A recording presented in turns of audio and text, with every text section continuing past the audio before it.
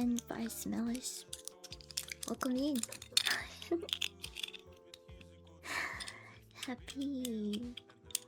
Happy Wednesday.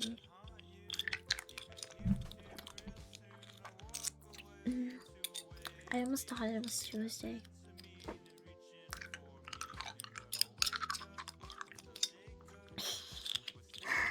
Hi chat, hi everyone. I hope you all had a good start to your week.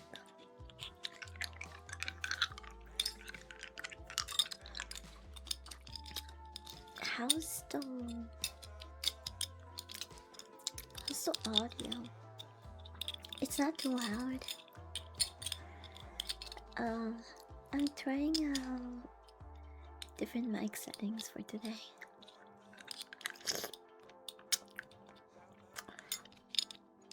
So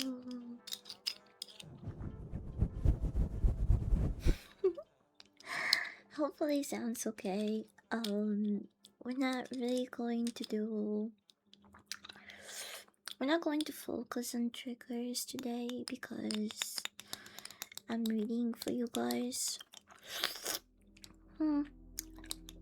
So I did keep some triggers that I know I wouldn't have a hard time doing in between chapters.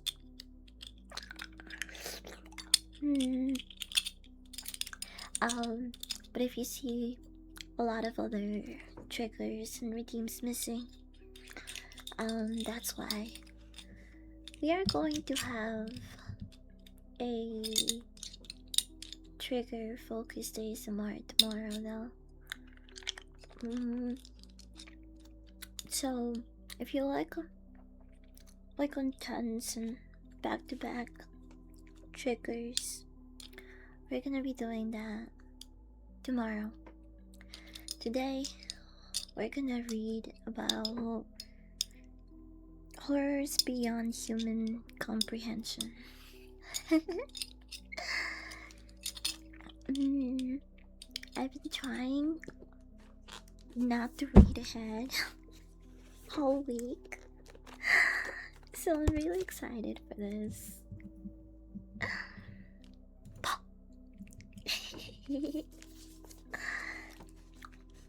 And I thought this would be the perfect place to chill for a bit and read about this type of stuff. What better place in the back rooms? So I'll do a brief. Oh, also, okay, before I start talking about the book and recapping, I wanted to say that I just started reading about. I just got into SCPs, and I owe the SCP community and my friends that try to get me into it an apology, because I remember when my friends tried to get me into SCP stuff, I think I was like really invested in like comic book stuff at the time. I think I was invested in comic books and other stuff. And sometimes when I get into an interest or hobby, I kind of like full send it and tunnel vision it to the point where I just like get really, really into that thing. And it's like everything else doesn't exist for a little bit.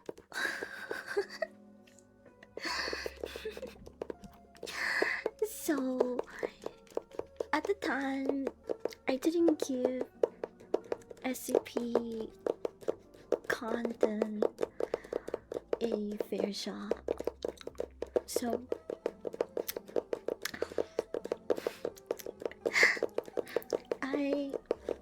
I was wrong.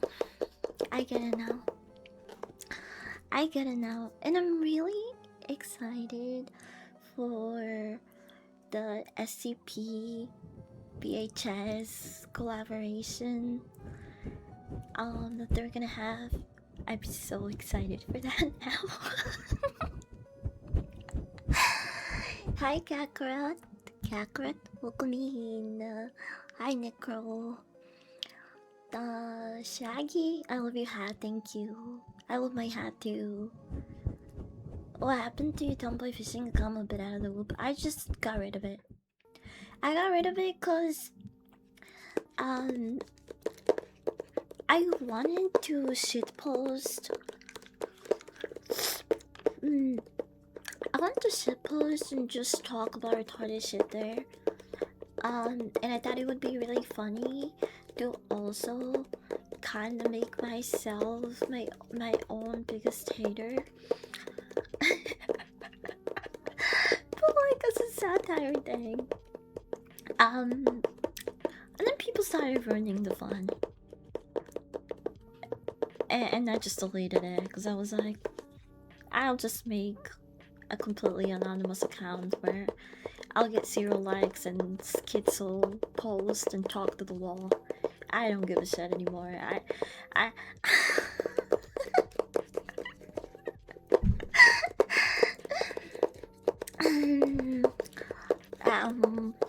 so I got rid of my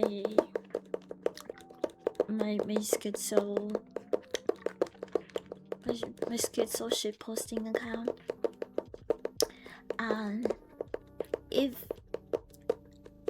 If I ever get a new one, I'm not gonna tell anyone. I'm sorry.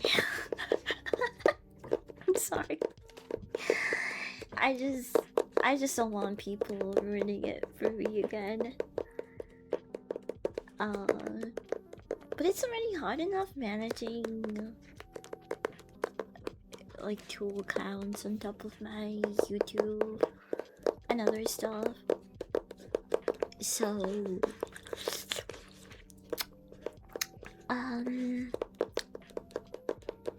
I don't know if I can handle actively post and more than 2 social media accounts. Some people definitely can, but I've never been very good at it. The whole reason I even started that alternate Twitter account was because my not safe for work one, where I used to post most of my unhinged thoughts, got ultra mega shadow banned. So that's the reason I started a new account to begin with. But I'm trying to make that account a little bit more active, even if it's flagged or like shadow banned. But yeah. That's where I'm at right now. To be fair, I did give a warning that I was gonna get rid of that account. I left like a pinned message up for like a day before I deleted it. SCP, some of the crap in the fandom are hilarious. Dude, I didn't know that it was a collaborative thing. For some reason, I thought SCPs were written by like, I don't know, a couple of people. I didn't know it was like a domain expansion project where every schizo can pitch in. It's a secret account, yeah. It's not really secret if people knew about it. I gotta get a real secret account. Yeah, it's just so interesting. The whole shitposting account go. It's okay. I'll shitpost in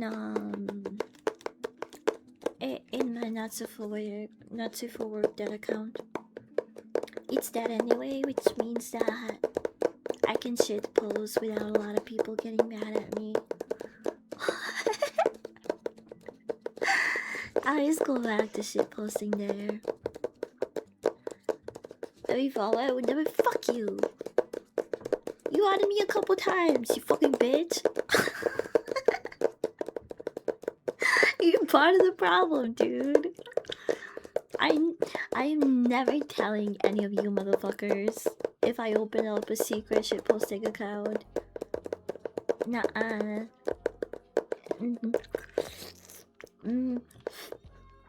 Anyway, I'm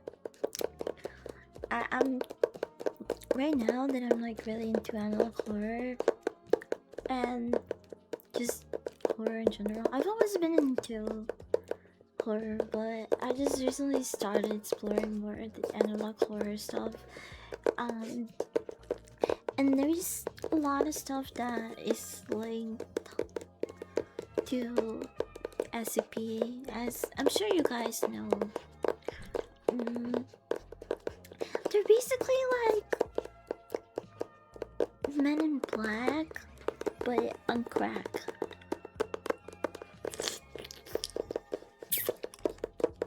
Have you heard about SCP-426? It's a funny one. No, I haven't, but I was thinking of asking you guys your favorite SCPs so I can check them out myself. Cause I literally just got into them.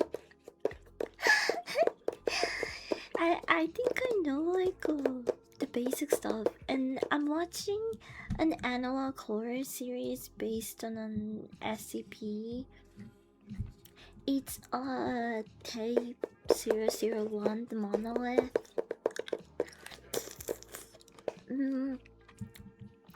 I think it's a fairly new series. The first tape of this one started 2 weeks ago, so yeah, it's pretty recent. This is does it say the specific one?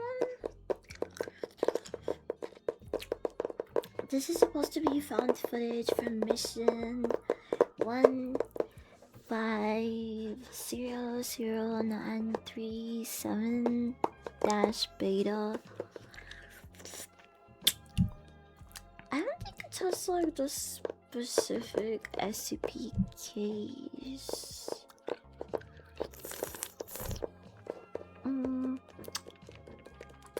Anyway, it's really interesting. What is a SCP? SCP is basically the case file level. The case file identification number for certain anomalies,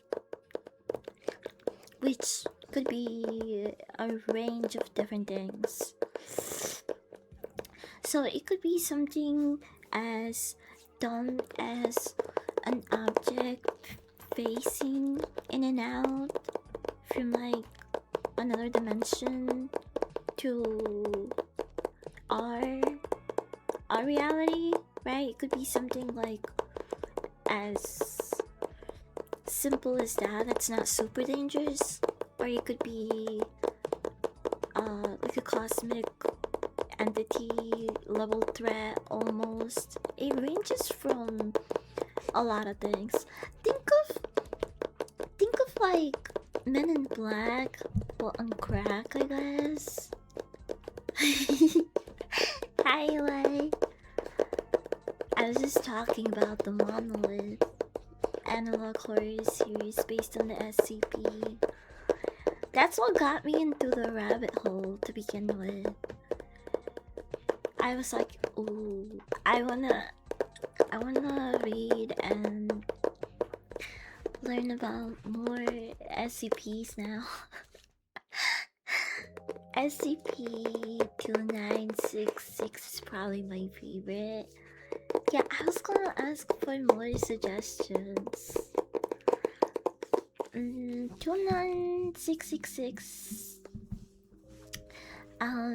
Anyway, the SCP numbers basically stand for the the anomaly case that it's like stored under. But SCP itself stands for Secure, Contain, Protect. Hi, Lortis. Welcome in. SCP-426 is a toaster that when you talk about it, it makes you talk about it in the first person. What? What the fuck? SCP-3000 got me into SCP, and it was because I fell down a Subnautica research hole. Wait, that sounds cool as fuck. An SCP that kinda connects or relates to Subnautica. The thing that I love about it is that there could be like so many crossovers. For it, like, isn't oh,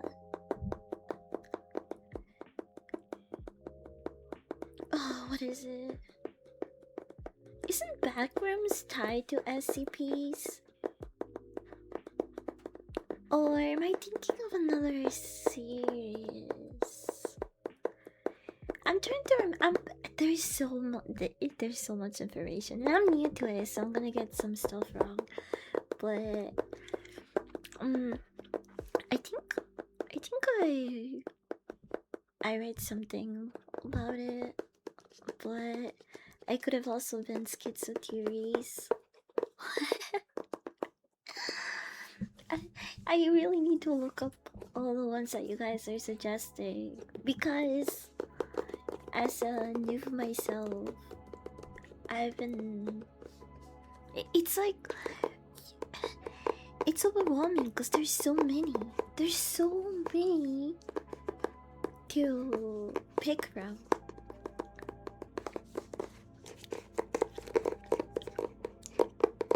I forgot about that one. I would be in fight Shy Guy any day of the week. Did you guys know about the first one? I'm assuming the what is it, 173? I'm not gonna lie, he's kinda cute.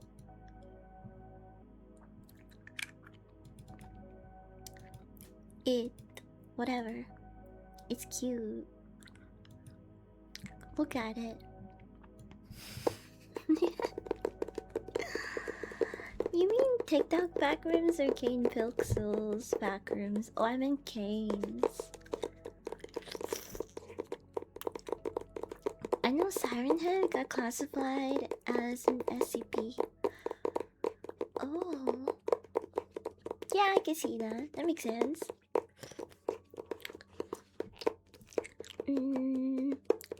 I never have to go to work. No! Oh. I hope your day goes by fast. I hate when you guys go to work though. It was so cute. We call him Peanut. He's so cute. But I heard they removed this design because copyright issues. Even though the original maker was like, no, it's okay, you guys can actually use it. And then whoever was moderating the SCP stuff was like, no. Is that really what happened? That sounds retarded. I really like SCP-999. Just a lovable orange blob. Wait. SCP-999. Oh, it's so cute. Why does it look so cute?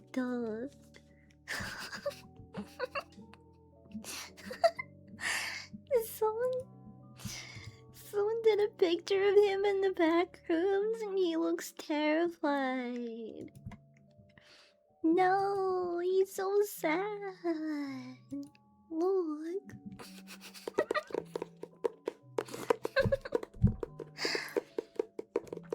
mm. Mm. Bye, Adam. Take care.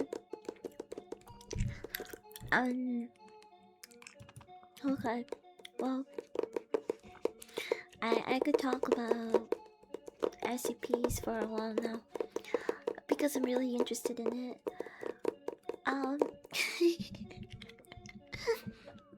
Oh, also,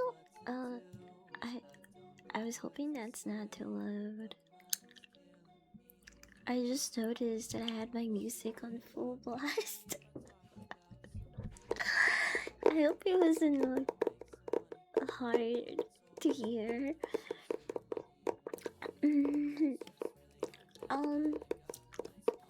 An SCP crossed over with the VHS movie series. They're making a collab indie movie that should be out next year. Yeah, I was actually talking about it a little bit earlier. I'm really excited for that. I will definitely go watch it in the movie theaters on release date.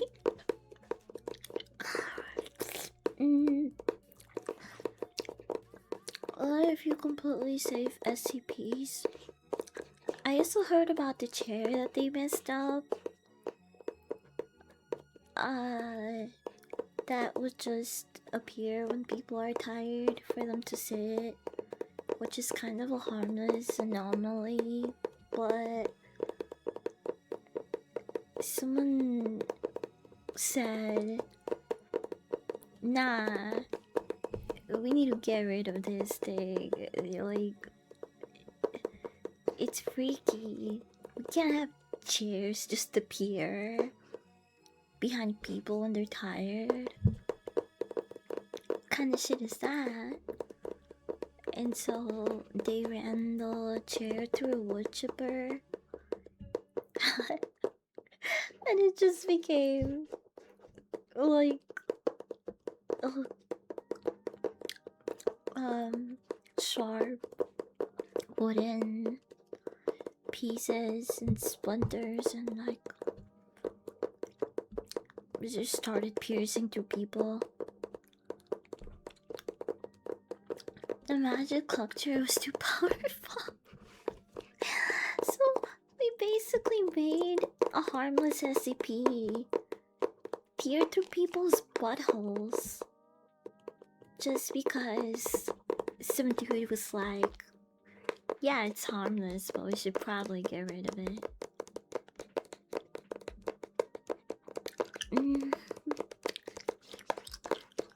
Gerphobic. Out of all the anomalies that you could be wasting your time with, I fuck around with the poor chair, bro.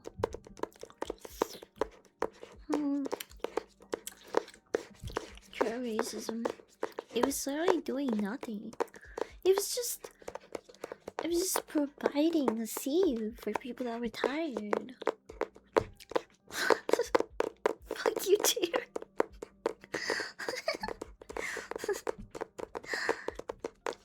Chair xenophobia. Anyway, I should start recapping the book and reading because I am really invested in SCP stuff, and I could hear you guys talk about it and also talk about it for hours. So maybe we should do like a SCP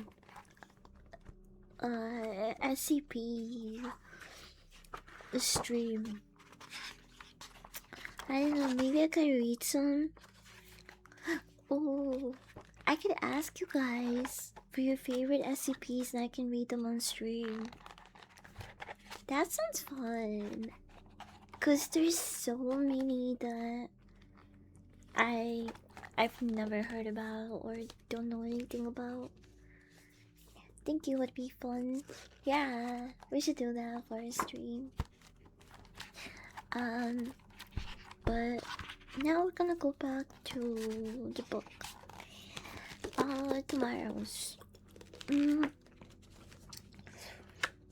I'll read the brief summary here. I was asleep to SCPs and creepypastas. One of my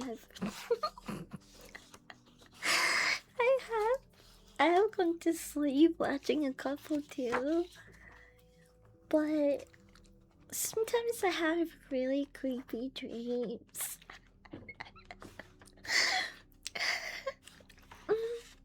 I think, especially because I don't really smoke as much, because I used to smoke pretty much all day, every day, and I think when I was doing that, I barely had dreams, or at least I didn't remember them. But now some of my dreams are so vivid and realistic.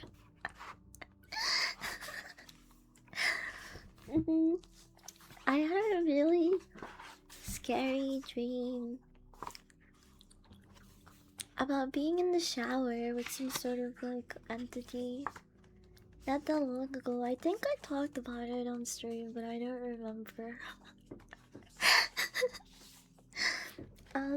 Anyway, I'm gonna read the little book intro. What does the future hold for the evolution of our species? Prepare to embark on a speculative odyssey in all of tomorrows. And it's I already need water. What the hell?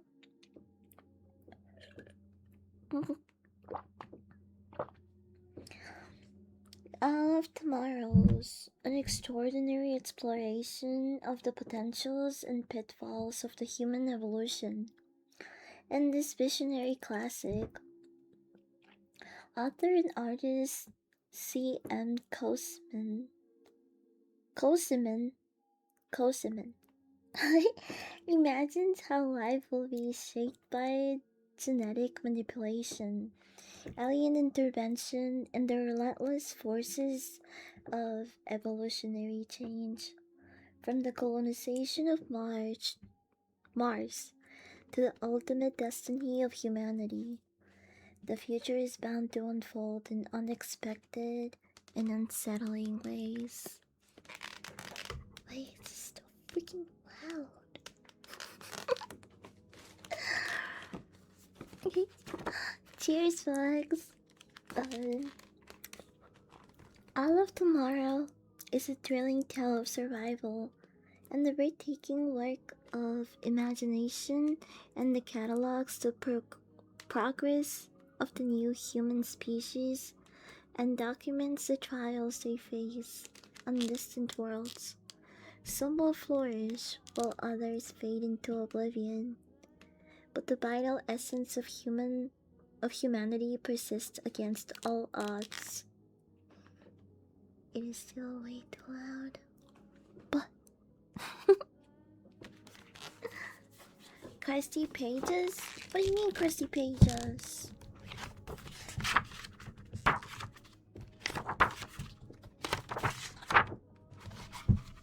It's just a...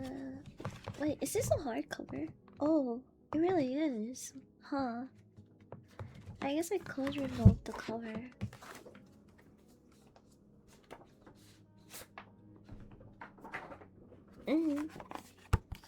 This is what the book sounds like without the cover.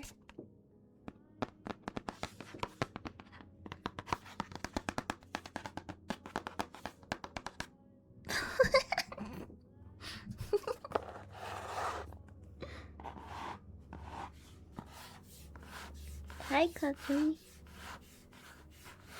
Welcome in.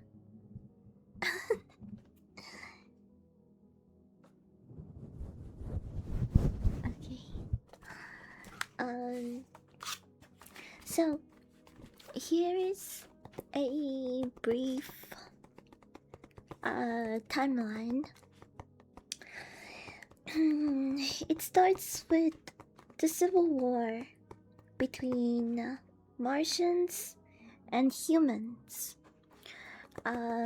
Martians are actually humans that were born and raised in Mars after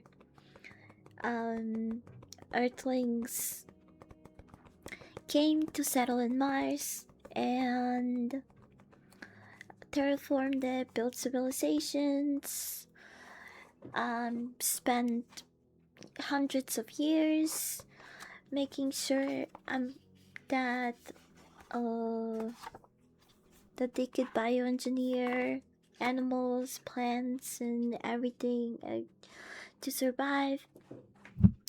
Um, and so the new generation of humans that was born and raised in Mars are the Martians.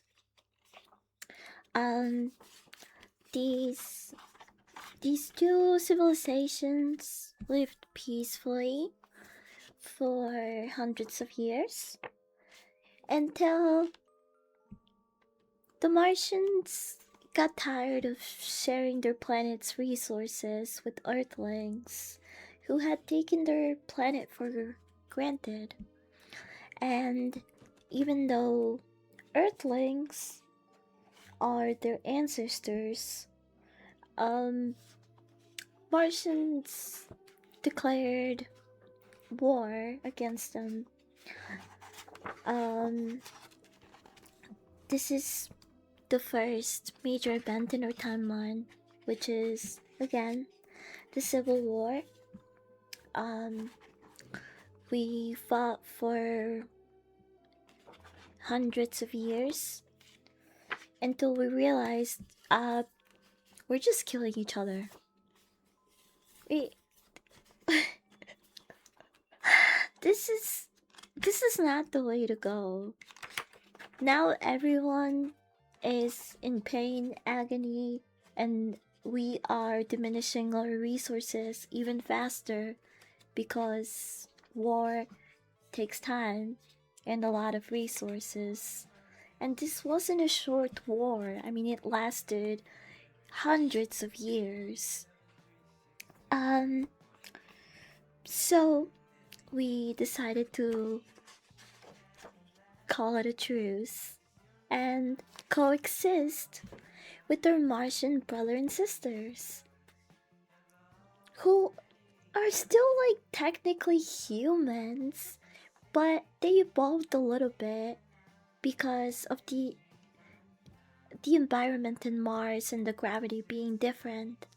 So Martians do resemble humans, but they have a bit of an enlarged, like elongated face because their gravity doesn't squish their features. like uh an earthling. Um so after the Civil War, um this was like the peak era to be in. Think of like humans in the, I don't know, well, late 80s, 90s. The time where everyone was doing drugs and most people were happy. This is basically like that time for the humans and Martians. They, oh, is the 60s really? Well, I'm retarded. But you get what I was trying to say. So everyone's happy, everyone's doing drugs, the war is over. Uh, Everyone is, wants to coexist. And this is the era they called the Summer of Man. Okay? Martians and Earthlings are working together. We are making love, conquering other planets, everything's going our way. But, like all good things, they eventually come to an end. This is when the Ku invade. The Ku are a race of very intelligent aliens that we're not happy with the way that the Star People, which is it's the hybrid of an Earthling and Martian. This was the new breed of people that you know kind of emerged from the summer of man. So the Ku thought that the Star People were doing things wrong. Their way of living, their beliefs, which is kind of ironic because we were doing the same thing to other planets. We colonized them. We used our resources for our own gain. We restructured their ecosystems and their civilizations. And we changed them in ways that benefited and matched our way of living and belief system. Star people sounds like a slur. Yeah, kinda. Oh, a lot of the names for these new alien species and other things are pretty funny. Wait, if they change the Martians, we will have to talk. They did a lot. The whole book is about the stuff they did to us, actually. The way they worship, whack. The way they won't share resources, whack.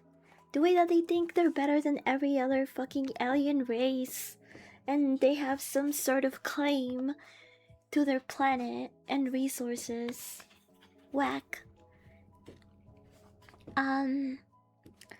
But yeah, the invasion happened after Summer of Man, which was one of our best eras. And let me show you what the Ku looked like.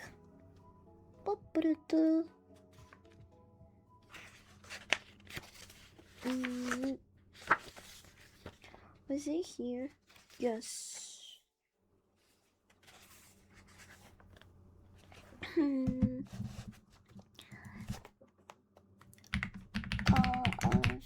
Moros. I'm pretty sure some of you guys have seen the Ku because they're one of the most popular alien species from this book and series. They look like this. So these are the Ku, and they reigned supreme for 40 million years in the worlds of our galaxy.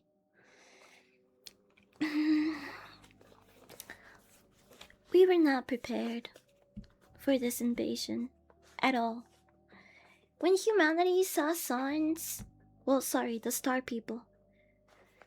When the Star People saw signs of other alien intelligence and beings, they divided like we do in the present world.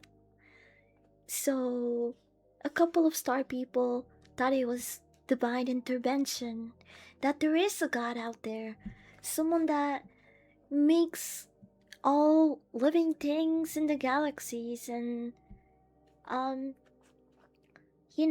they took the the religious fanatic path of this is probably a good sign and we should worship these people. And then another part of humanity said, ah, fuck this shit. We're not gonna get our ass cheeks clapped by some other alien race that is gonna conquer us. No way that's gonna happen. And so we went into full I wouldn't say Armageddon mode, but we started focusing our our resources and scientific research all into weapons of mass destruction. And so we made a lot of advancements, and we thought we were prepared. If there was a chance, we would go into war with another alien species, or if someone else tried to conquer us. But alas, all those centuries of building weapons, getting ready for the unknown, it ended up not really helping us much. And actually, there was a colony of people that did fight the coup longer than most planets and colonies. And this group of people ended up getting some of the worst things done to them just because they refused to be conquered. So the more you resisted, the worse the punishment was. And we became their bitch for 40 million years. And how did we get rid of the coup, you might be wondering? We didn't. They got bored. They, just like the fucking Toy Story meme, they literally said, I don't want to play with you anymore. I'm bored. And they vanished. We didn't beat them in combat. They just up and left one day. like my father, or like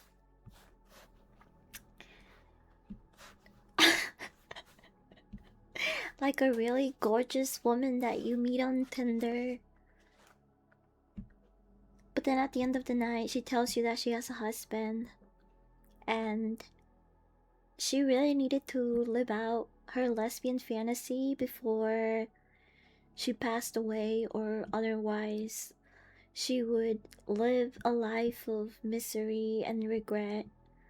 So kind of like that. They dumped us like we did to the pigeons. Yeah. Still hit though, you know it. But, Cool Daddy, why would you leave us? Yeah, they just got bored. I can't believe we never got our leg back.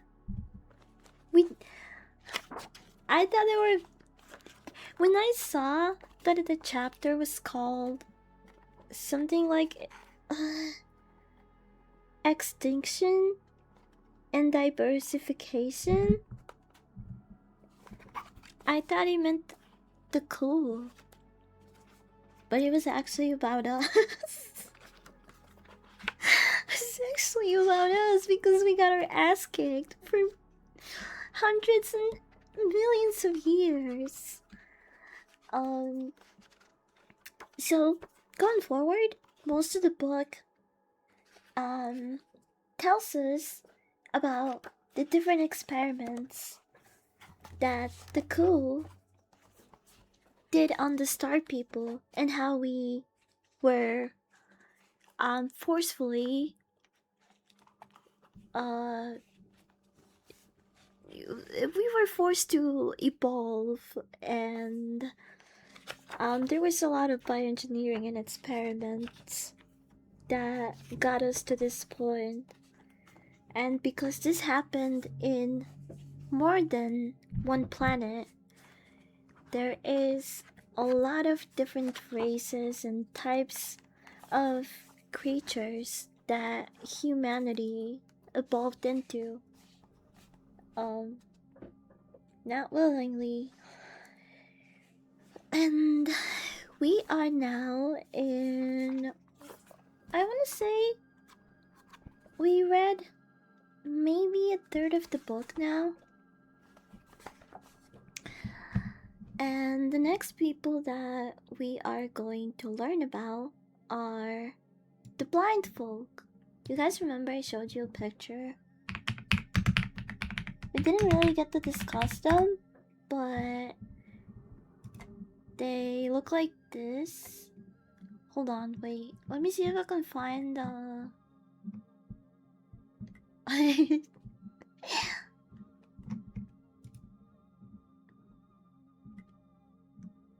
Oh, thank you. Thank you to whoever put pants on them. I found the censored version of it.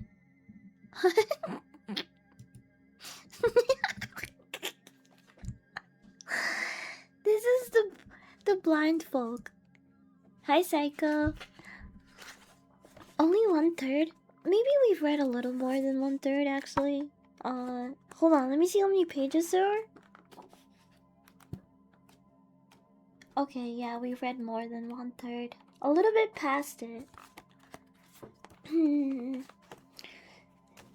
It says here, this is a startled blind folk father with his 1-year-old daughter. Although he knows to stay still in order to confuse sonar-equipped predators, the youngster screams and soils herself in terror. Their attenuated fingers are hallmarks of a lifetime spent in the darkness. When the coup came, the blind folk dug in deep. Inside several containment-sized shelters under their besieged world, they waited for the invaders to pass them by. It was a futile gamble. The coup located the shelter caves and remade their inhabitants without effort. The shelters became home to an entirely different ecology, a realm of perpetual darkness, fueled only by a trickle of water and nutrients from the outside world. A surprisingly complex ecosystem developed from this scant outside world.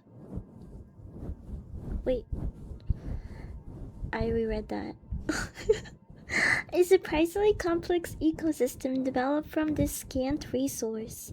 Gigantic pale insects that the descendants of common household pests competed with sightless birds and rodents over fields of overgrown fungi. Predators were not uncommon. Crocodilian fish patrolled the underground streams, and vast blind bats, echolocating with unnerving precision, preyed on the residents of the cave floor. The kilometer-high ceilings of the shelters glowed in the dark, with protean constellations of bioluminescent fungi, and in some cases, animals. People were present here. People were present here as well. A maiden of unfamiliar forms, they were more often heard than seen as they tried to find their way in the dark with banshee-like screams. These albino troglodytes. Sorry. I forget that used to be an insult. These albino troglodytes lived in a realm where sound and touch, not sight, unlocked the gateway to perception. They had developed long tactile fingers, enormous whiskers, and mobile ears to navigate the dark. Where their eyes should have been, there was nothing but a patch of darkness that erased the most basic feature of human recognition. As adapted as they were doomed. Before the blind folk could develop any kind of intelligence, to crawl out of their artificial habitats, the gradual movement of their world's continental plates snuffed out the shelters, one by one. Or they just died in the caves. That sucks. They were basically just rat people. Straight up. Even the way they communicated. Well, the way they communicated was more like birds. Because of the sonar screeching.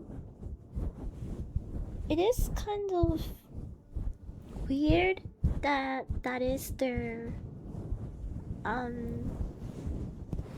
that's how they started communicating, since they live in a cave-like environment. Like, wouldn't they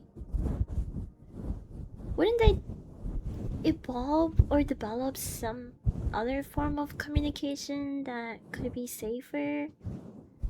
I don't know. Maybe it's just it wasn't really an issue, or they can just control themselves enough to not cause any collapsing or destruction. I just found that a bit interesting. Plato's cave is aliens. I mean, if they're blind, the best way to survive would be to evolve like moles. Yeah. Look at their fingers.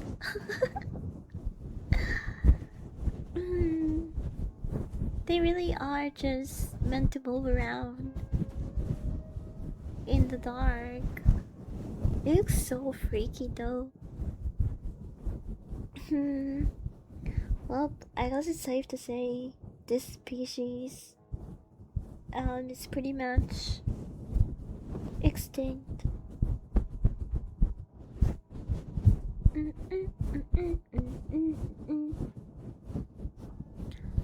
To get into the tunnels better. Oh yeah, because they're like mole rat underground people. I doubt you'll ever see a fat one. You think there's a blind folk that became an absolute chud and just dug like a room tunnel and never left?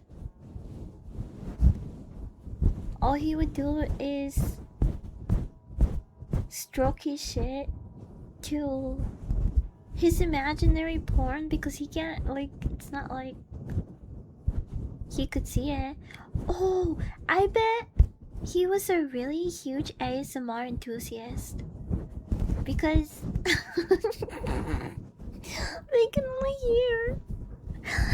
So that's like the only way that you could probably get off if you can't see, or you just have to use your imagination or your sense of hearing. He lives in a goon cave. Imagine all the other blind folk, when they enter, they can't see. They can't see everything plastered on the walls, but they can feel it. Imagine stepping into that guy's goon cave and you're like, bro, why are your cave walls so sticky? You really gotta clean up around here. This is now how the blind folk are supposed to live. Imagine how much real porn a guy has. This isn't the usual sticky.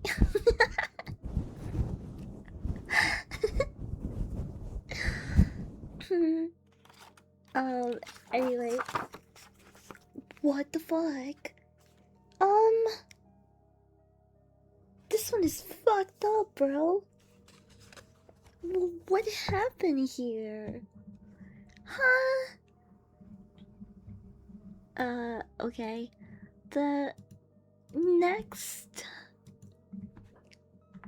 creature that came out of forced human evolution is called the lopsider.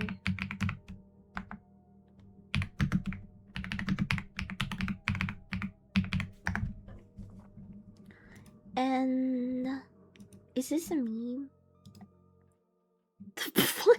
I don't know. I don't understand it yet. Hold on. Okay.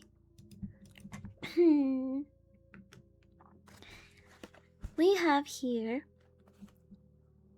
That's actually a goated crop because it's kind of censoring its pussy or third armpit. I don't even know actually. I don't know what's going on down there. So this is called a lopsider. And here we see one feeding some indigenous pets native to his high gravity world. Oh, they're kind of cute. You see, they're like little slugs. You see the little slugs? Like his feet, they're so cute. The domestication of native fauna was the loopsider's first step on the long journey towards civilization. The Ku were grotesquely creative in their redesign of the human worlds. They transported one group of unfortunate souls to a planet with extreme gravity and redesigned their bodies for life in this bizarrely inhospitable realm.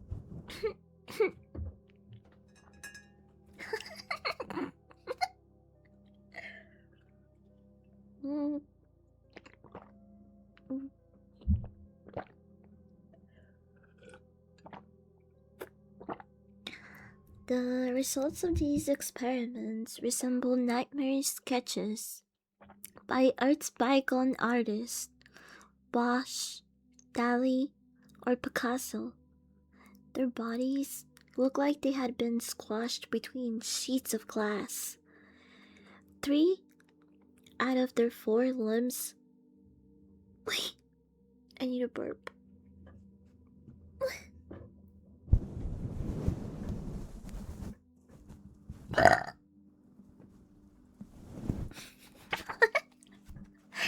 Whoops, my bad. Where was I?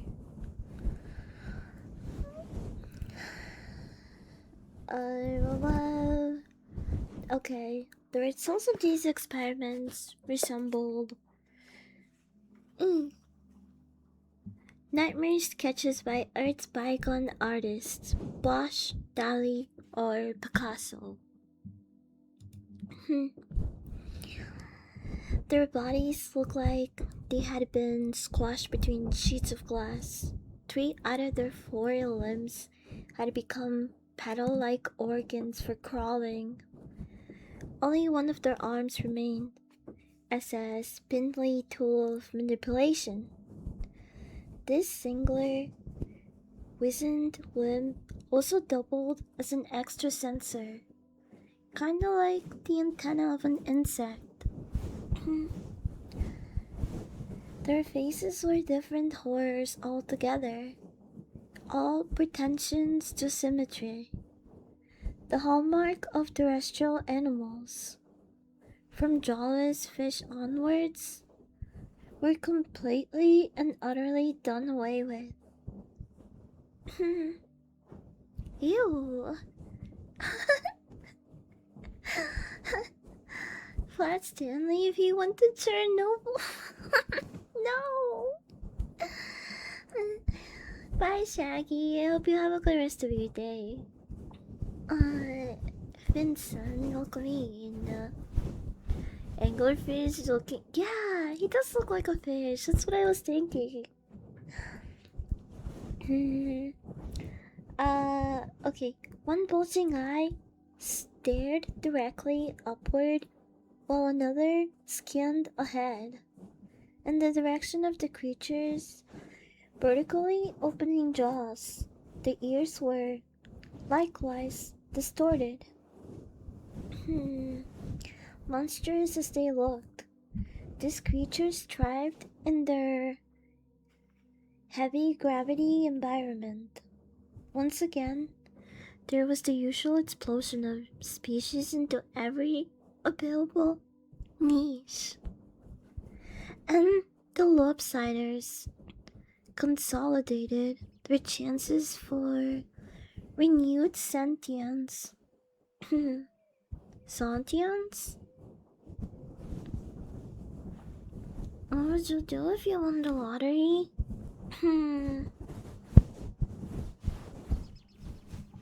I would be fat as shit. I would get so fucking fat. I would be the biggest, sweaty, nastiest fucking chud. And probably just play video games all day. I would also give my money away after I know that I am okay and have like stable sources of income, like by investing or doing some other things. But yeah, that's probably what I would do. I would just donate it and make sure that I can support a lifestyle where I get to just eat and do nothing but play video games and watch movies all day.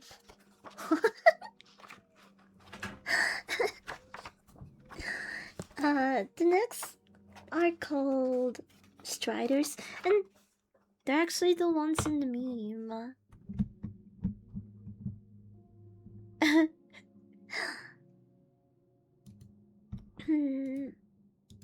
I saw this.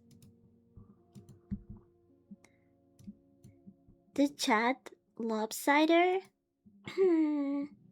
befriends native life, sustains 36 times the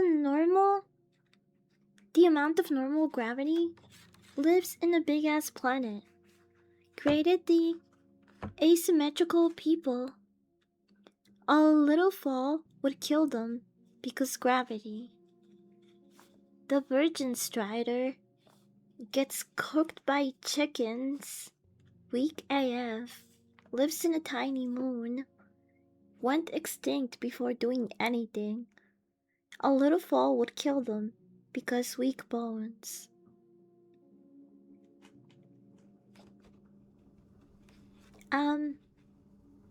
They both sound weak AF. But that is the next human evolution we're reading about. The Striders. And yeah, they look like this. While the lopsiders. Wait, hold on. Itchy.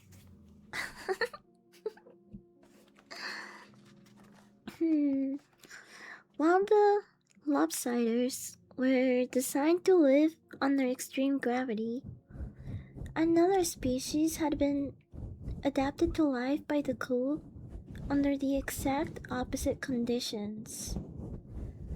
On a gas giant moon with a fraction of Earth's gravity, it was a world of wonders where even the grass grew as tall as the trees, and the trees were beyond belief. towering to sizes attained only by the skyscrapers of antiquity. Antiquity? And these surreal forests lived equally spectacular fauna, the descendants of the pets, pests, and livestock of humans, not to mention the descendants of humans themselves. One could see them in the spire like forests, almost dancing among the trees as they reared higher and higher to browse. Their weak boner blocked. Even Galko only took a bit to get used to the 10 times gravity on King Kai's world. Okay, now that you put that into perspective, that is pretty insane. Are you saying that one of the lopsiders could probably take a Saiyan punch? Just dank it?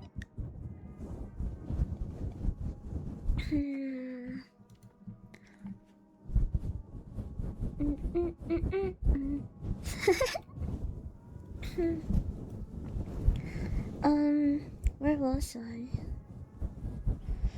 One could see them in the spire-like forest, almost dancing among the trees as they reared higher and higher to browse. Their arms, legs, and necks had been stretched impossibly thin, with great flaps of skin blossomed throughout their bodies to dispense excess heat. Sometimes they would even change their color in order to reflect light and keep cool. Overheating was a great problem for the grotesquely tall, lanky bodies. Although imposing, these attenuated rates were so overdeveloped that they had become sickeningly fragile. Even on their gravitationally forgiving world, a fall could shatter their bones, and falling from a height could have fatal consequences. Sometimes, on the open plains, even a strong wind could bring them down like toppling masts. So, one fall and it's GG's. You're dead. You're done. I would have been dead a long time ago. With the times that I fell already, yeah, I would be cooked. They survive entirely due to the merciful conditions of their garden world. But these would soon change drastically. A few 100,000 generations after the Ku left their towering works of human art, a lineage of fearsome predators evolved from the terrestrial poultry that had gone feral on the planet. What? Oh, now I see why on the meme it says they get cooked by chickens. Okay, it's all starting to make sense now. What?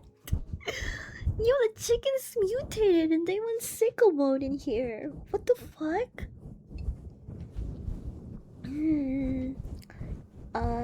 Resembling attenuated versions of their dinosaur ancestors, the predators swept through the garden world like wildfire, extinguishing any species too fragile to escape or resist. The peaceful, delicate striders were among the first to go.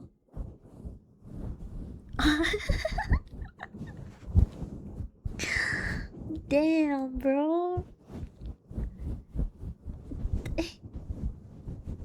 They got extinct by mutated chickens. That's embarrassing. That's so That's such an embarrassing way to go. Star people could never.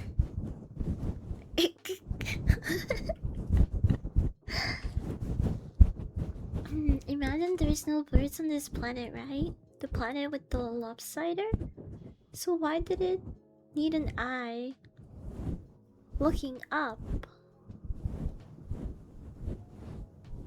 Oh, the strider and the lopsider lived in different planets. But that is a good point. If the lopsider lives in a planet with 36 times the amount of gravity of Earth, I mean, I guess in this book nothing is impossible, but I would assume that there are no birds in a place that has gravity this strong. They would have to be some like really buff really buff birds to cut through and be able to fly. Nothing's gonna be fine. That gravity, so no paradox from above. Yeah. I think the eye is more because they're like a flounder fish. So their eye can only look at that one direction. What? I use these. Like. Okay. Okay. I'm good. Thank you. Maybe to watch out for falling objects? That's a good theory. The loopsider would be like the immortal snail to a strider. Yeah.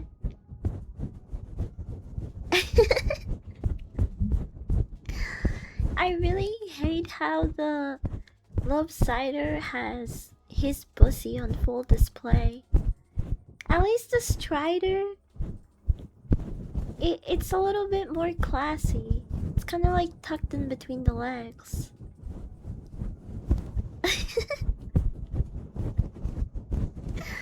I appreciate that, Draco. Even if I'm kind of stinky, you like me? Aw, thanks so much. I also don't mind the way you guys think.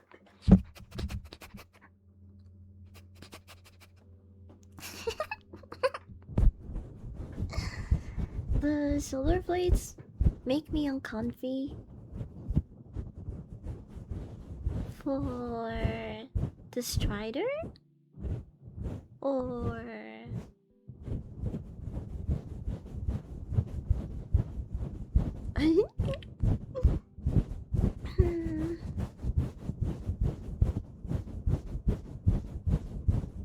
the lopsider?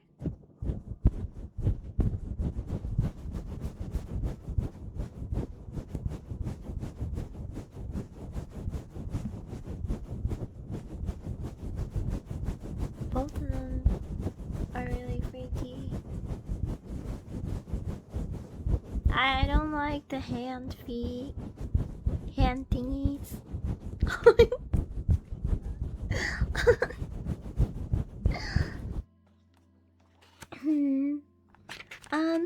Well, GG's for Striders. I guess the Lopsiders managed to live a little bit longer. Ew! What the hell? This next one is so...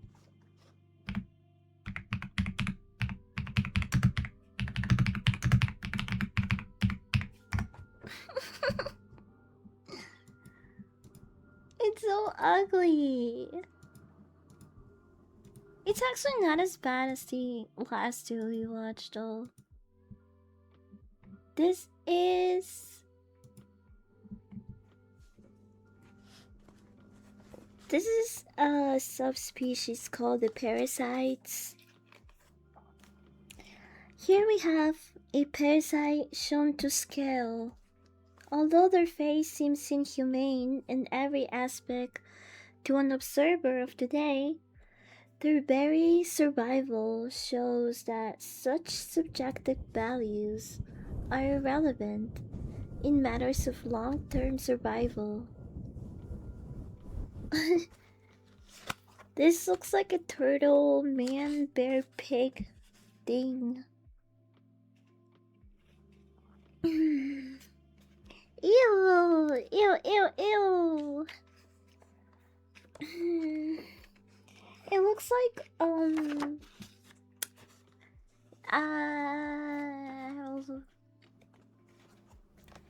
it also looks like a giant mixed in here.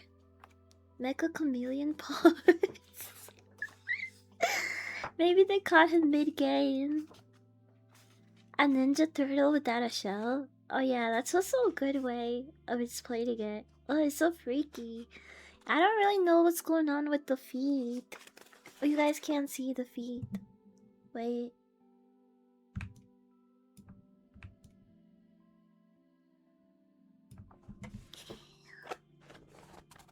It looks like pig feet with something else. I don't know, it just doesn't look like... How did they even walk? Okay, let me read. Humanity had diverged into two separate lineages on this world. On one hand, there were several races of almost enfeebled post-humans, similar to their ancestors in outward form, yet mentally equivalent only to animals. They had been degraded by the coup for managing to turn back their initial wave of invasion.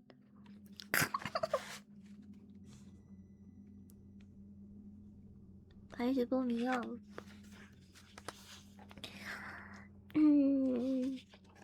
Hi, Nogimon. Nogimon? Nogimon? It kinda does look like a tattoo.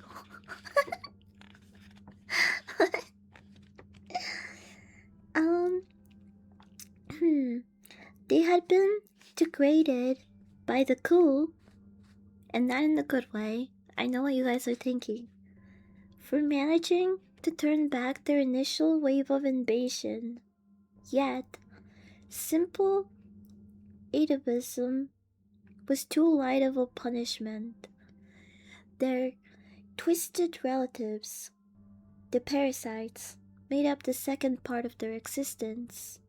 There were actually several kinds of parasitic ex-people, ranging from tortoise-sized ambulatory vampires to the more common fist-sized variety that lived attached to their hosts.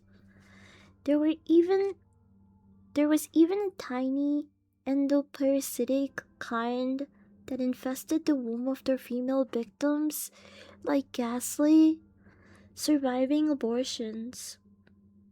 All of these evolutionary tortures were played out under the careful scrutiny of the coup for millions of generations. The punishment was so baroque, so elaborate, that most of the engineered parasite host relationships died out when the coup left. Some subhumans learned to cleanse themselves of their tick-like relatives by drowning, burning, or even eating them. Others, like the uterine infestors, died out as their aggressive method of parasitism. Parasitism effectively sterilize their hosts. What the fuck? One or two varieties manage to cling on to their host with abdominal suckers, muscular, gripping limbs, or sterile, pain-soothing saliva. Oh. Did you say uterine infestors? Yes, I did. They were attacking their uterus. They were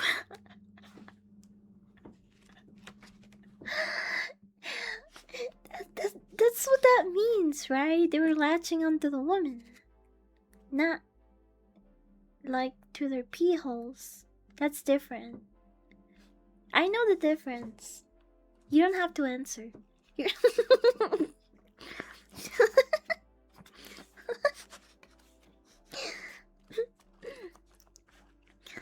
Dude, pig fish for women? Seriously, who's the mental ill person that wrote this? Hey, don't talk about my goat CM Kösemen like that. Kösemen. I don't like those. I don't like them either. They're scary. It says here. After all, wait. But their success did not lie entirely in the strength of their parasitical advantages. They also regulated the numbers of their feeble-minded hosts by not killing them, though, through over-infestation. After all, a perfectly adapted parasite was one that cared for its host too. Totally one-sided relationships are rare in any ecology, natural or artificial. Over time, the cousin species varies parasitism. Why is that word so hard? Parasitism began to give way to something more beneficial for both sides.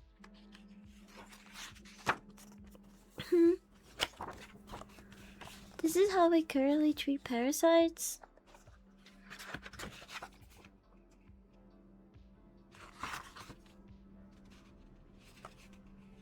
What do you mean? I would trust my grandma next to him.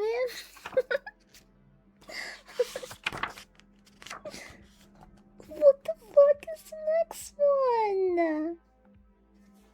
I also gotta find a censored picture because this guy is just hanging out with his willy out.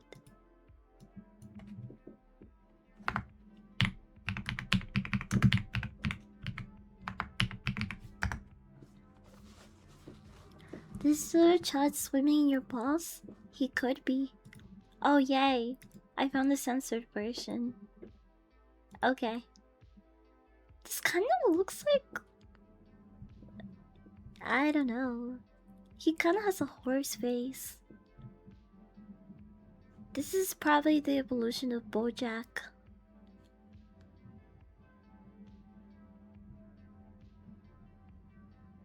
The evolution of the symbiotes?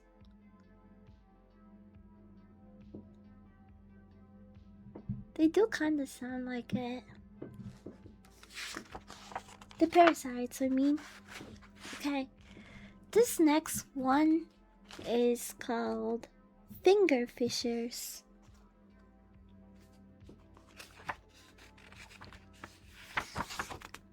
Do you guys think they like fishing?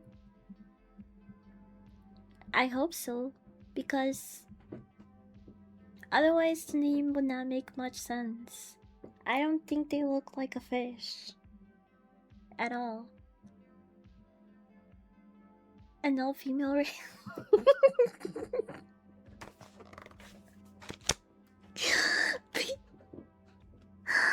Because the word fish is in it.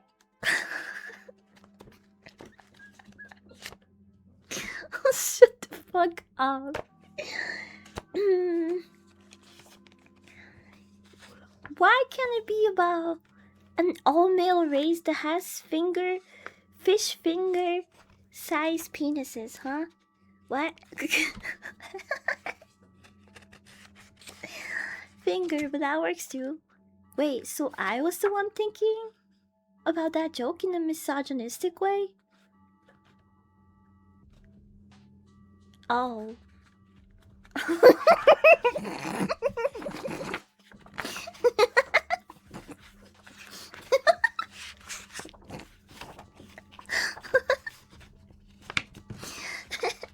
Talk about friendly fire, am I right?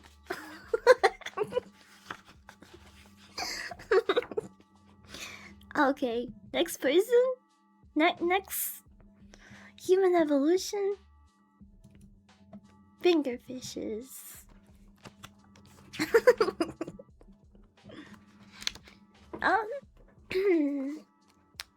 Honestly,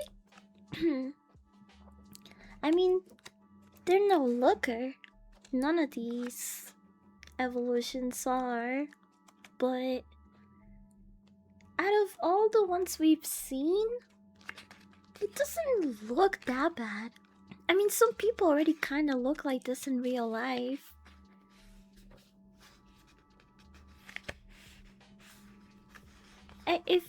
If you made him, if you like receded the hairline and gave him a bald spot, and he was looking straight at us, he could resemble Asmongold. Just a little bit. Like, just picture it. Receding hairline, bald spot, looking straight at us. Yeah, I could kind of see it. This is the most tame? Yeah, it is, right? That's... He mocks all the other human evolutions we've been seeing. Yeah, he's not hung like a horse. But he does have other horse features.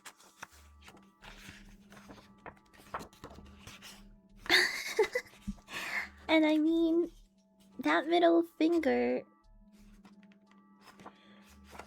looks long enough. Okay. Finger fishers. Their ancestors had been trapped on an archipelago world. A planet sprinkled with many small continents and countries. Oh, and countless lands. Over interconnected networks of calm, shallow seas. Like a magnified Aegean, this place was a terrestrial paradise in many respects, except that the following, the cool, no minds were left to enjoy it. Oh, except that following the cool, no minds were left to enjoy it. On this vacant biosphere, evolution was quick to begin her blind, unpredictable dance. Once feral, the descendants of degenerate humans, hey, that's us, adapted themselves to every available niche, no matter how exotic, how outlandish. One group learned to pluck fish from the lazy shores. Millennia passed, and they settled into their piscatorial lifestyle, with elongated fingers that became movable fish hooks. They do like to fish. Now, this is my type of alien species. I bet you could sit down and hang out with them and have a beer with them. They look real chill. Teeth modified for a generalized diet became needle-like affairs lined up neatly in a long, thin muscle. In less than 100,000 generations, the fingerfishes established themselves as a prominent lineage. There was scarcely a beach, an island, or an estuary that was devoid of their pale, lanky form. As prolific as they were, the fishers were still no better than animals. Their humanity would come only after another spasm of outlandish adaptations.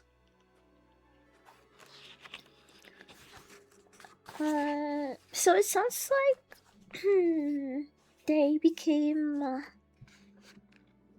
They evolved to having more human like features and mannerism after the cool left.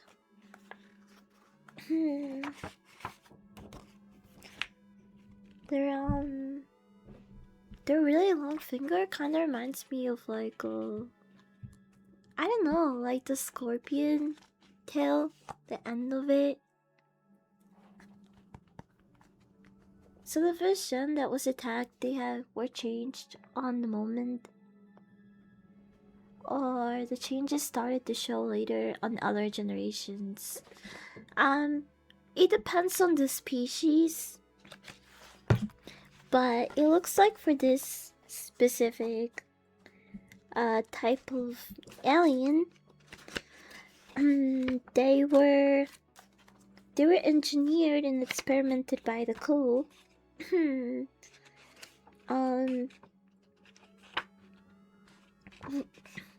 Where they started developing these features, right? And after the crew got bored and left, they managed to actually keep evolving and leaning more towards their humanity.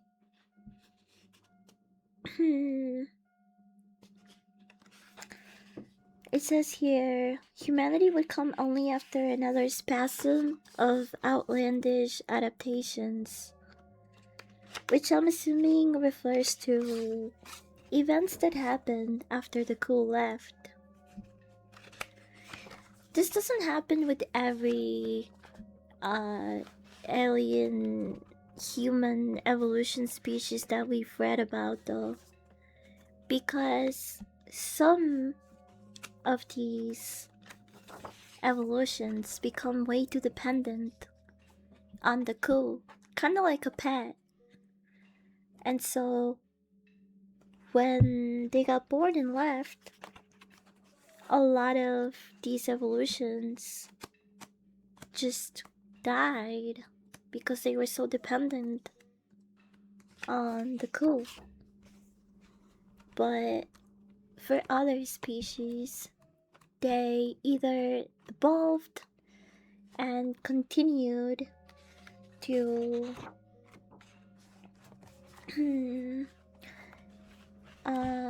to live and evolve, and some other species actually regressed and they became more animalistic. There was a species, let's see, I think it was mantlepes.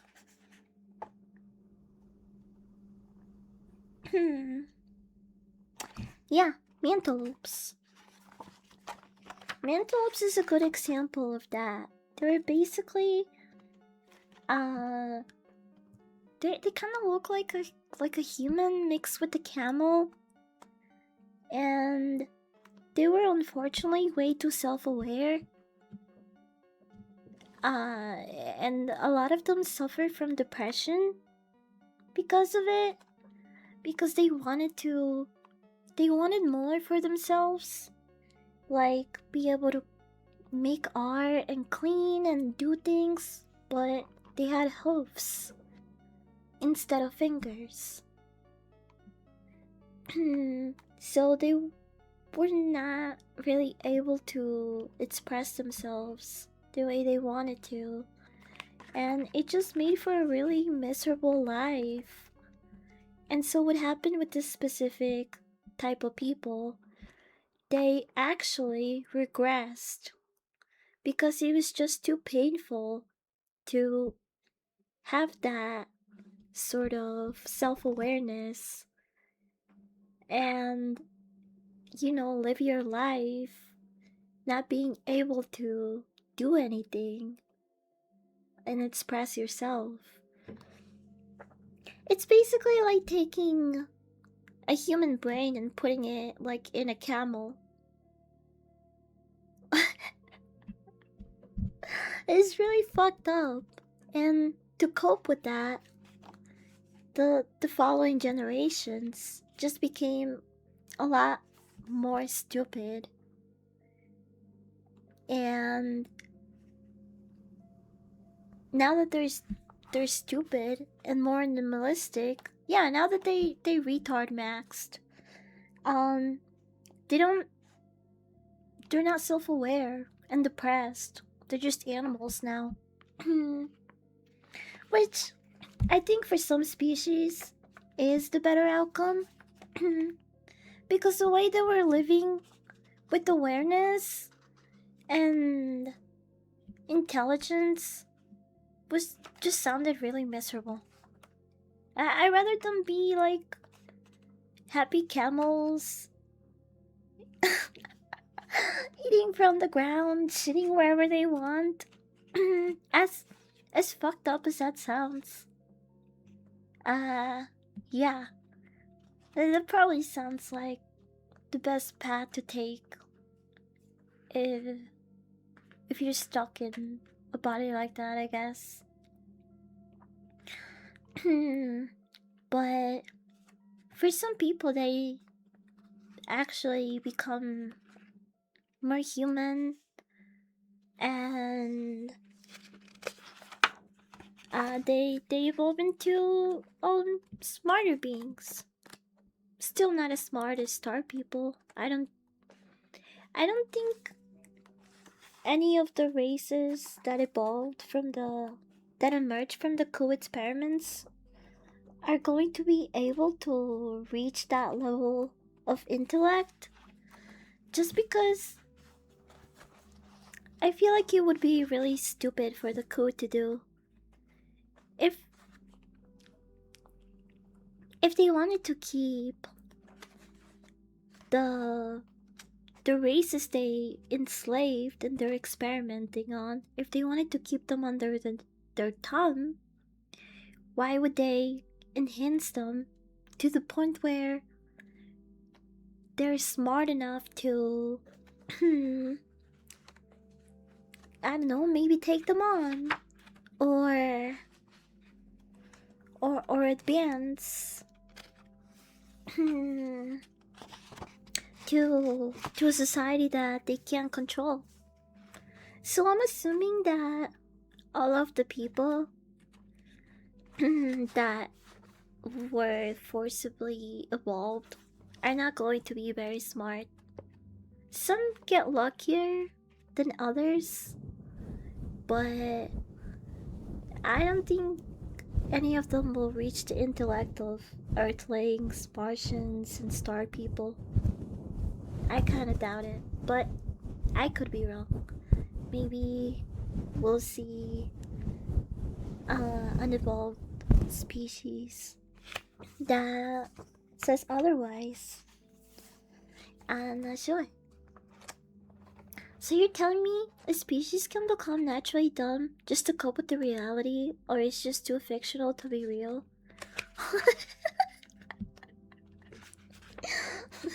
I mean, I feel like that definitely happens today, unfortunately. I would say a good example of that is people numbing themselves down with alcohol and drugs. But when they like abuse them to the point that they're non-functional, yeah, it definitely happens. Except no one is forcing us to do that. Except the crew are not forcing us to do all of that. They needed drugs and gambling. Society. This is. This is what society looks like without drugs and gambling. Wait, okay, hold on, wait. This is not it. This is actually the ones that got the better ending. I gotta show you guys the ones that turned retarded for their own sake, for their own sanity.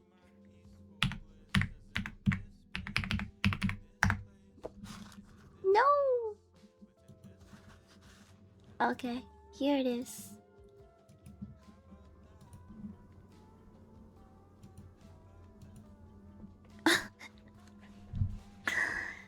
So imagine being conscious, aware, and have some sort of intelligence, and being stuck in this body.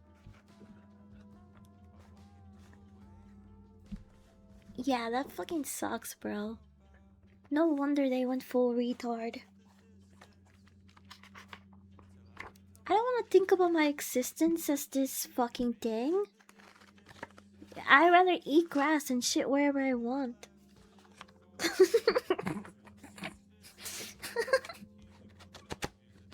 So I can't really blame them. Yeah, maybe if they had drugs and gambling and hookers, they wouldn't have dumbed themselves down so much. But unfortunately, they did not have a fruity strawberry vape or tequila, rum, any other alcohol and drug. It's too bad.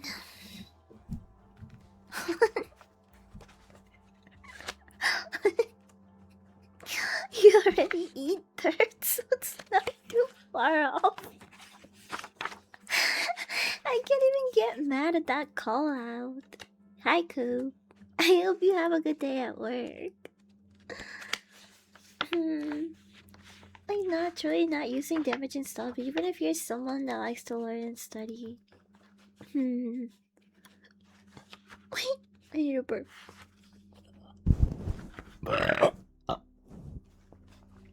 Well, also think about it this way. If most people are evolving to less intelligent life forms, and you're still like you're still a little bit above them intelligence wise, like you're more aware or smart, you're smarter than like most people you talk to or everyone, that's also gotta be like its own version of hell.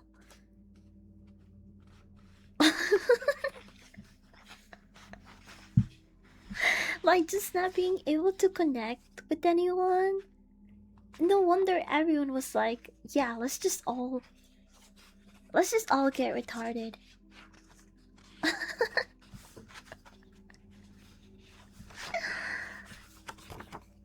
Did I? Oh yeah, I did burp. The next one, I really hope I can find censor.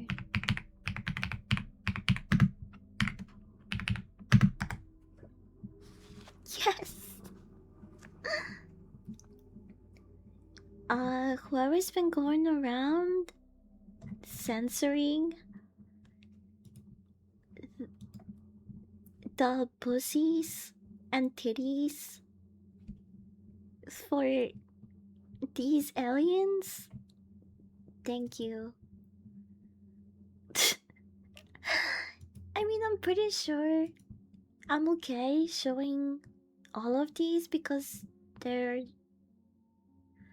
they're for like they're like reading fantasy. I don't know if it's educational, but we are learning. Some seriously fucked up things. Retardation is just us evolving. We're the master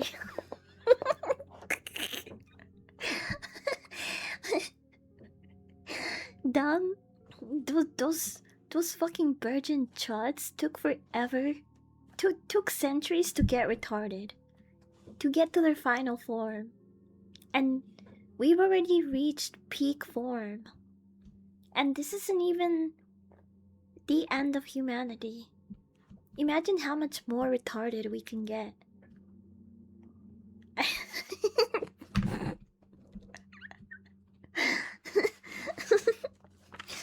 Take that, mantellopes. Star People 0, humanity 6-7.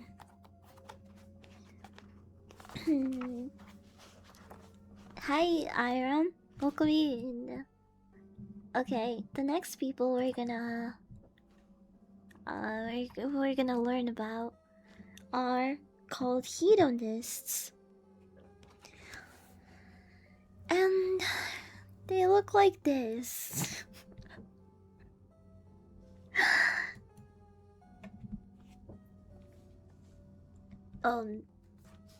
Just take it all in, chat.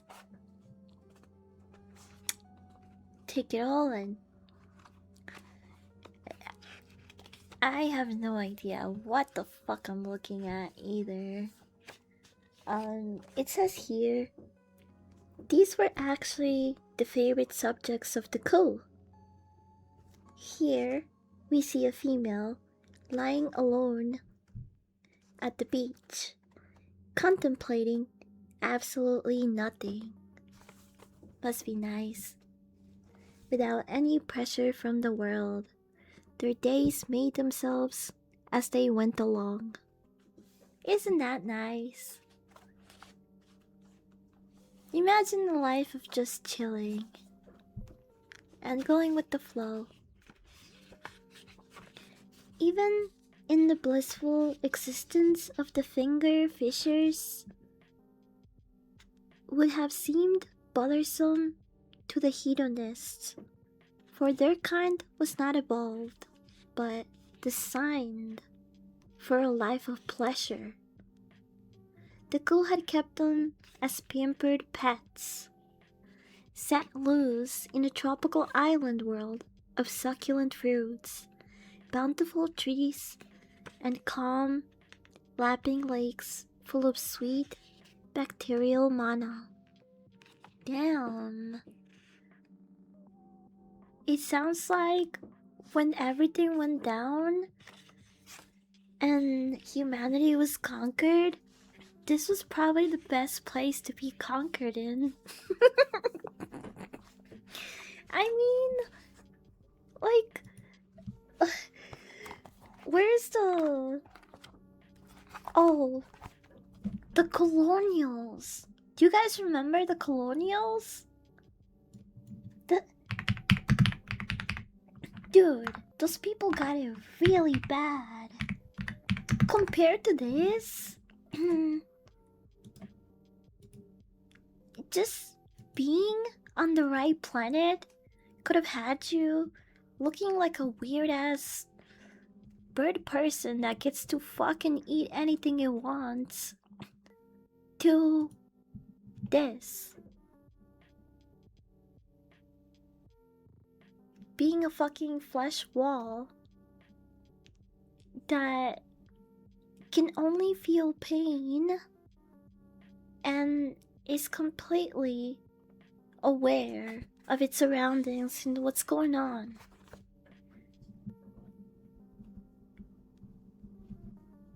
That's fucked up. Depending on what planet or colony you were in, your future was either something really fucked up like this, or something kinda chill, but still a bit fucked up as well.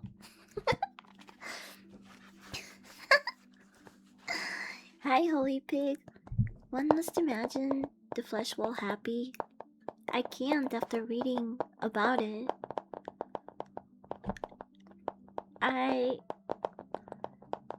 Before reading that chapter, you could have gaslit me that they were one big, happy, flesh cube family. But since I now know their lore and how they've just been tortured for thousands of years, yeah, that's not a very happy flesh wall. If we're both goofy colonial fuckbirds, would you sit in my man bird nest with me and hold hands? Yeah, I would love to hold hands and interlock our 4 fucked up fingers while we watch the other bird fucked up human things fuck in their branches, on their branches, until we do. Never mind.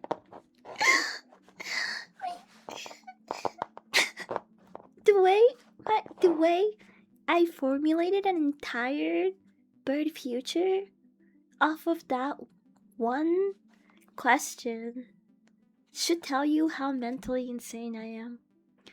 Flash Wall was my nickname in high school. Oh, that's you? I heard from a couple of other people that you got really fat. Is that true? But my friends said they would still hit. So I think you still got it. Rick probably goes to this planet often.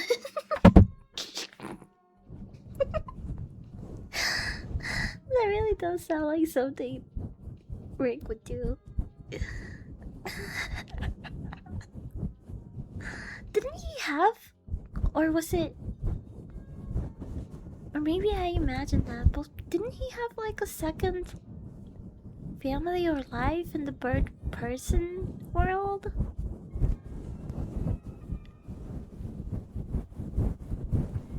I don't remember. I know one of his like close friends is the bird person guy, but I don't remember if he like actually lived there for a bit. I feel like, I don't know, I gotta rewatch the series. It's been a while. I used to insult Fleshwall by questioning his verticality, and calling him a flesh rug. Why are you so mean to the flesh wall? It's been through enough. I don't remember either. Yeah, I don't remember. I don't know.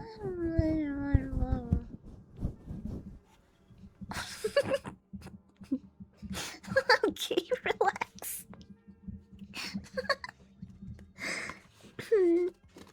Okay, so these are the pampered pets. Furthermore, the hedonists were left as the only animal life on this place. They had no choice but to enjoy it to the fullest. Oh no! I just have to have sex and eat and lay at the beach for the rest of my life. I have no choice. In normal conditions, any given species would quickly crowd out such a utopian environment. But normal conditions had never been the point of the co-design.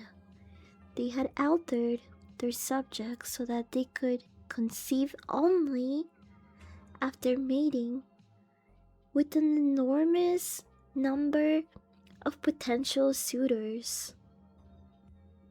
wait, this is just like modern women. Continually over a period of decades. Furthermore, reproduction took place through cocoon like casks buried underground by the females. The unusual egg like forms lay dormant for a number of years, like plant seeds, and later released fully mature adults into the world. My steak is too small. Yeah, the steak and the lobster, we've all heard it. He didn't have another family. mm. While these extraordinary modifications kept the species at a stable population, it also made them less adaptable, without any point in sexual competition. Natural selection would progress at only a glacial pace. Fortunately, their stable world remained free of environmental catastrophes. Even after the cool left, all these changes had made the hedonists' days too. Their lives consisted of pleasant routines, browsing for food, ecstatic sexual activity, rest, and sleep, all carefree. They enjoyed the most pleasurable time of all mankind.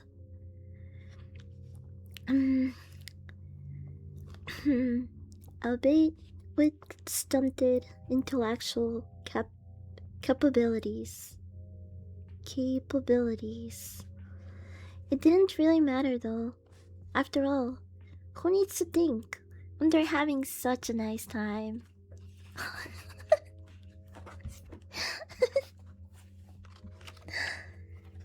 Damn, these lucky bastards. Everyone else was getting their booty cheeks clapped, but in all of the wrong ways.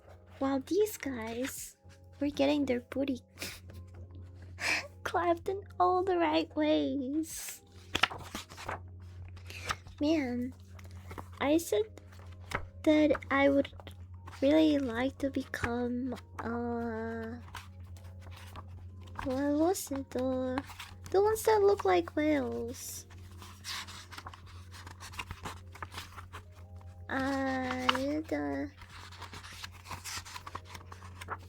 Weren't they like really early on?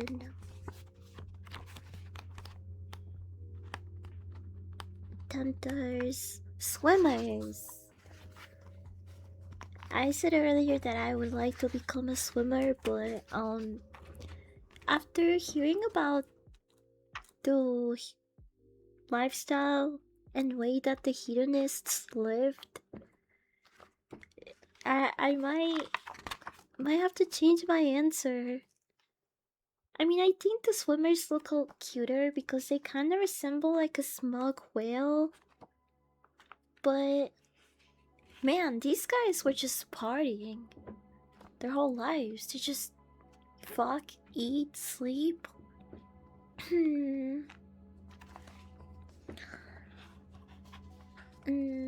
Why the guy hand feet? The crew knew what they were doing. Oh yeah, they do.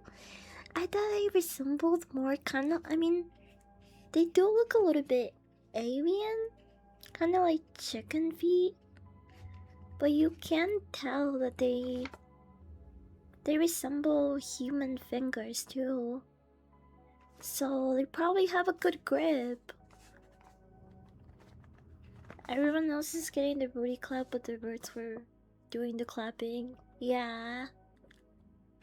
Did the birds have fetishes or was it vanilla? These are very important questions that historians haven't figured out, it seems.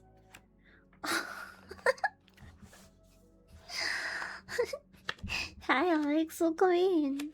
We're reading about the evolution of humanity.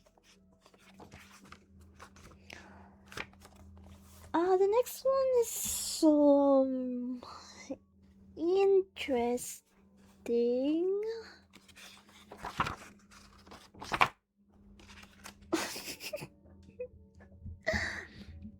The type of alien that would make you say, "What that mouth do?"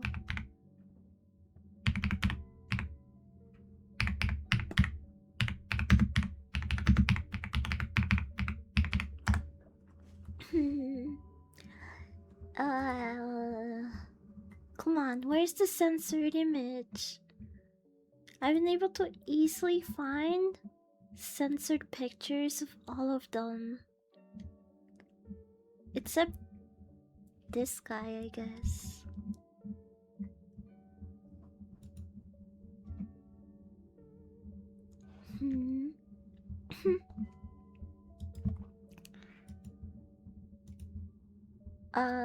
Oh well. Pretend.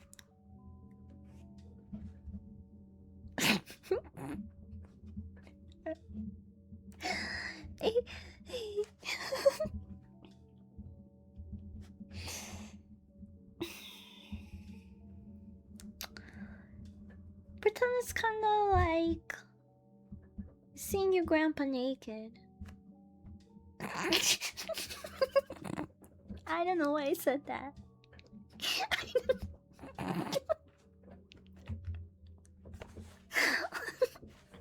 Here's what the next human evolution looks like.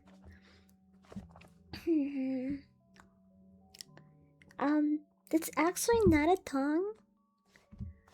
I think it's eating a lizard insect bug thing.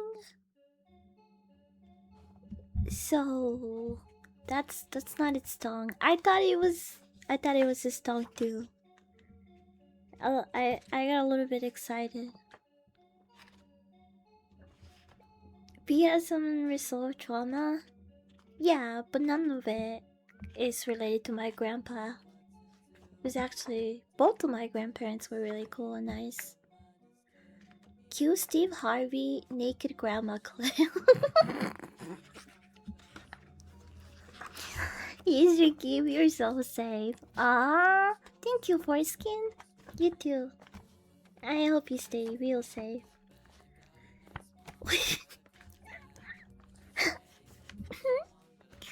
Bro kinda looks like Mark's. No, he doesn't. No, he doesn't. Like, what?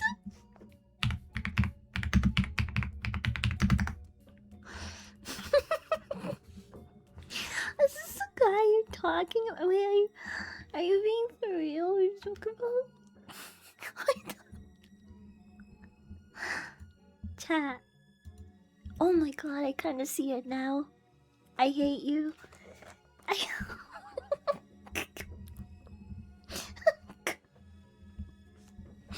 kind of looks like him, yeah. It's the big. It's the head. It's.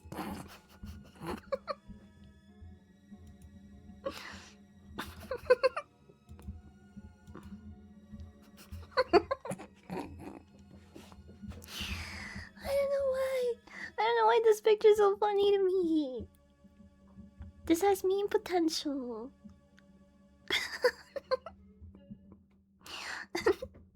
This is how I look at the cashier when they ask me to round up my total to donate to starving children.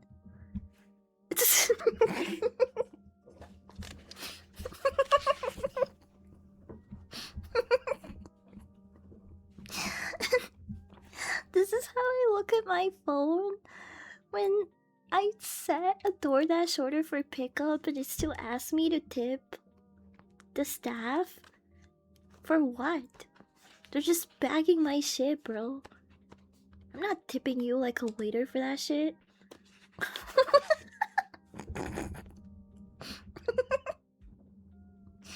Okay,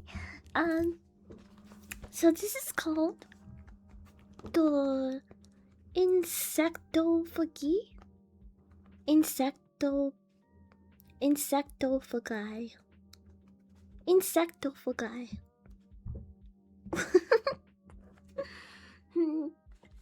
It's how Jim would look at the camera.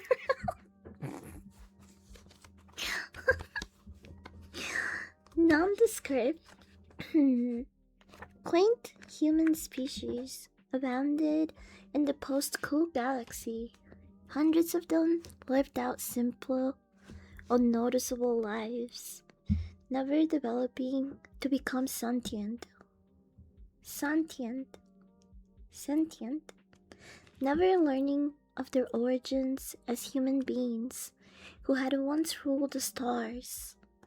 Most of them became extinct, not to be missed or even remembered. Those that lingered on managed to survive in shady, quiet niches, never again making any impact on the celestial scheme of things. One such species was Insectophagy. Insectophagy? Why is it so fucking hard to pronounce that? They had become adapted to a diet of colony building insects and small animals.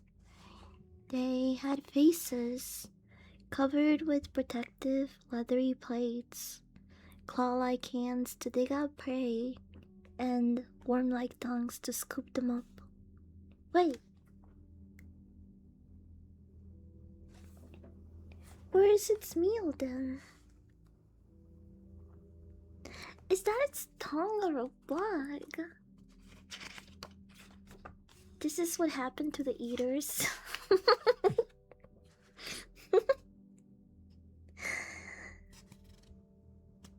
Yeah, all in all, they were not special in any particular way, but a combination of galactic invasions, coincidence, and pure luck would later make them among the last surviving descendants of the Star People.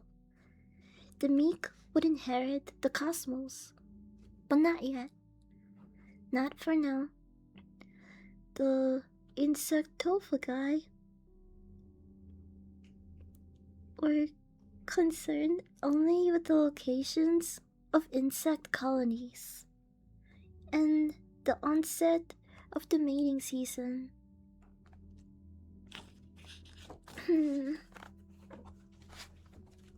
That's cool. That seems like pretty chill way to live. You only care about food and bugs. And when it's time to fuck, your life is just collecting and eating cool bugs and looking at the clock like, oh hey, it's fuck o'clock. Guess I'll go fuck now.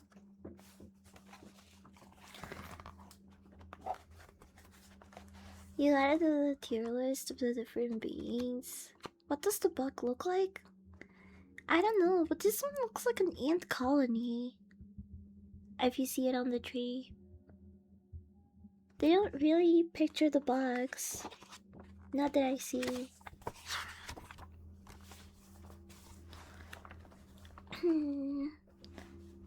Bro got a to be or not to be skull.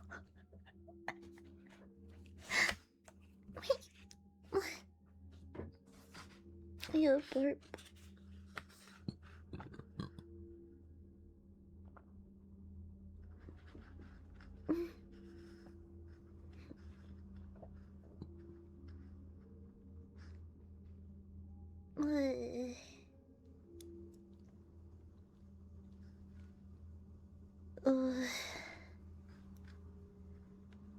Ever feel like you need to burp more, but you can't? And now you feel like, this pressure in your stomach. Oh, fuck.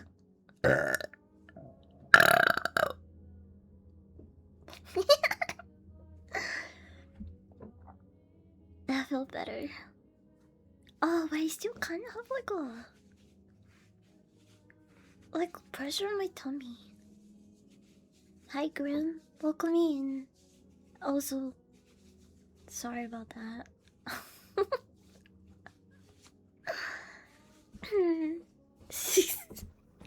Fuck up.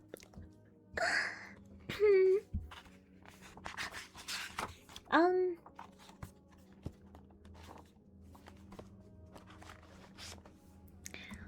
something about these next alien humanoid species.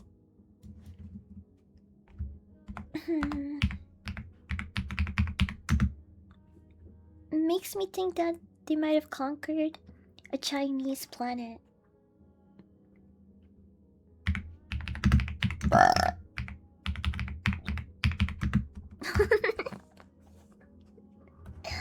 My bad.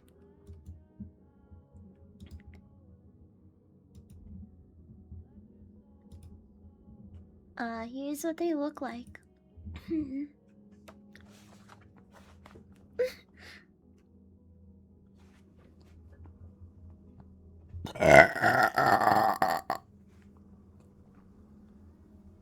uh, holy fuck.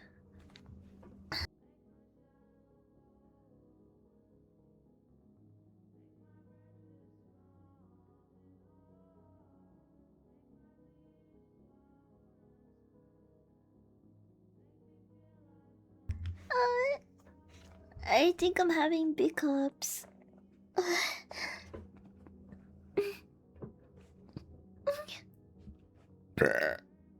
It won't stop.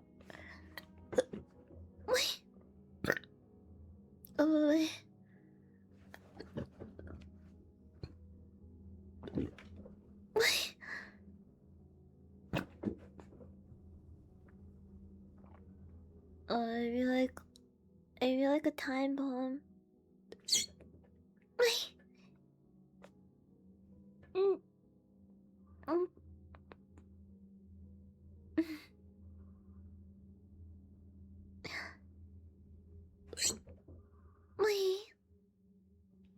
mm.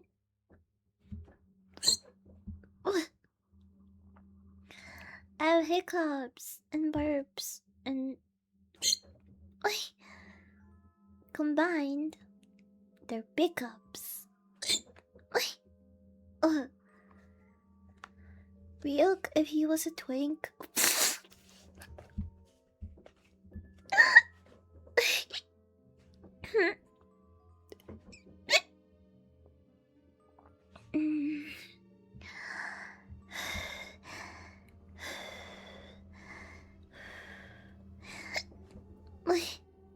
Oh.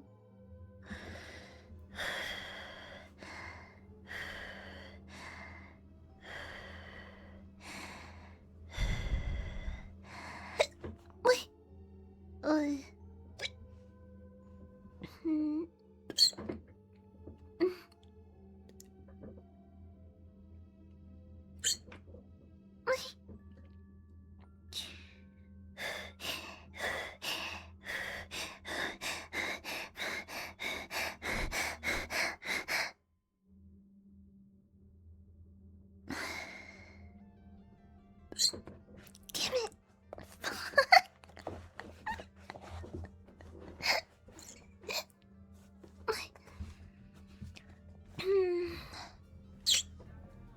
I've tried, I'm not a fish. I've tried the fish thing. You know what I think it is? I'm just too smart to gaslight my own brain. I mean, sure, it must work if you have like room temperature IQ, but I just can't gaslight my brain like that, bro. Besides, I wake up every morning fully aware and disappointed that I'm not a fish. Mm, mm. Ooh, so it's gonna timestamp you.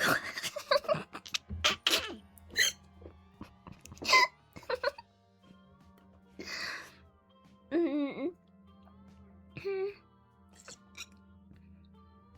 Wait, why don't you put your AC down? Take deep breath. The muscle that's twitching causing hiccups. Okay, hold on.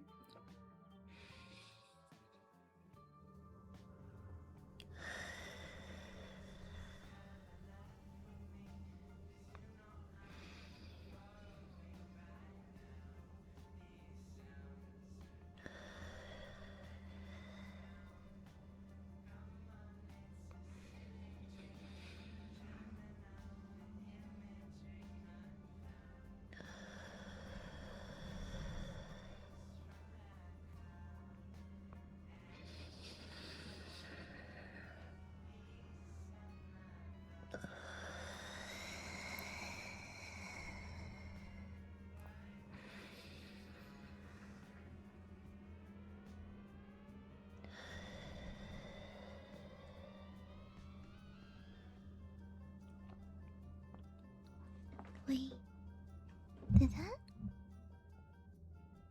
actually work?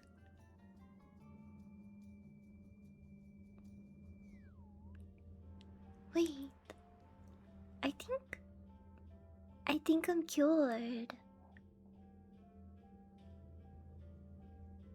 Oh, I still feel pressure in my stomach. Like, I don't know. Hold on. Oh, whoops.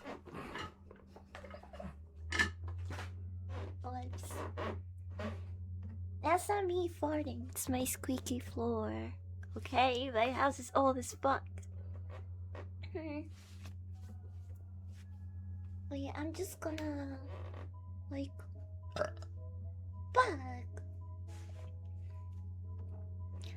I wanted to do a stretch, so I can like try to release that pressure on my belly.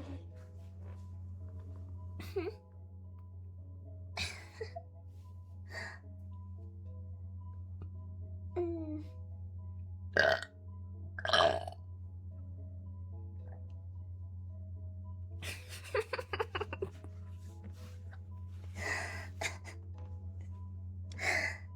I need to be burped.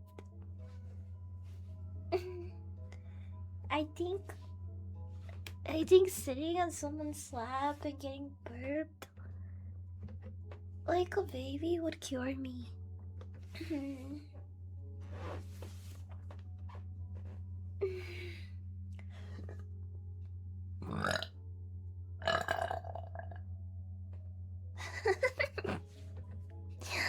Bye, Fox. Have a good rest of your day.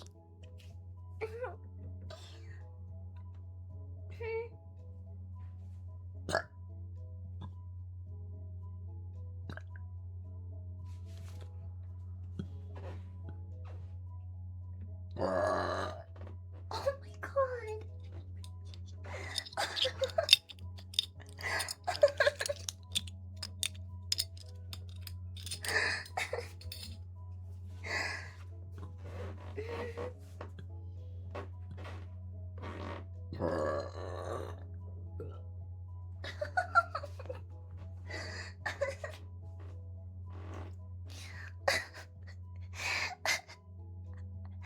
I'm stretching and I was stretching my like abdomen area to try to release the air, and I can't stop burping. Wait, what is wrong with me?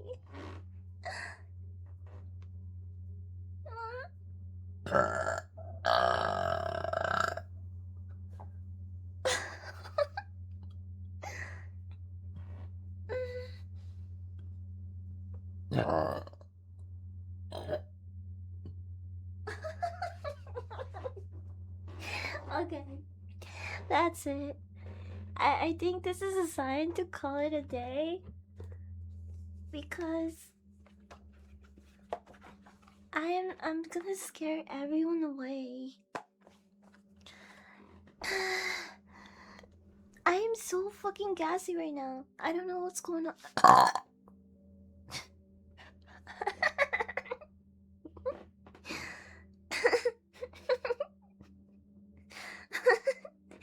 Yeah, it was my birthday the 27th. This is what happens when you age. I'm a year older. That means my eggs are drying up. My pussy is shriveling up. And my insides are rotting. That's obviously what's going on.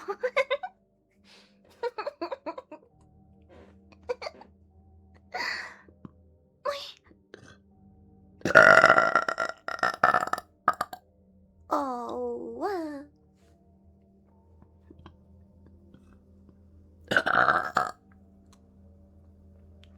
How old are you now? Between 20 and 30.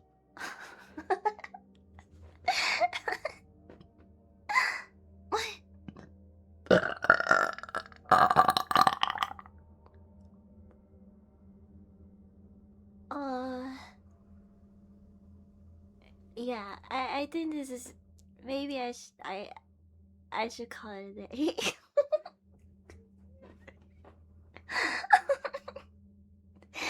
I'm such a disgusting void.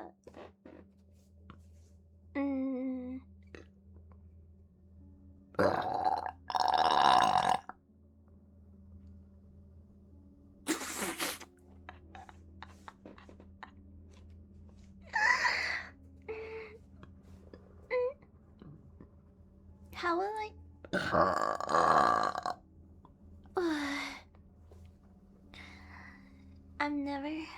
I'm never going to be accepted by the VTubing community if I keep being such a disgusting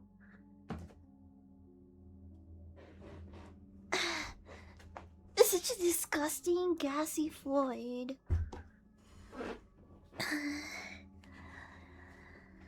I'm supposed to be I'm supposed to be a cute anime girl. This is not cute.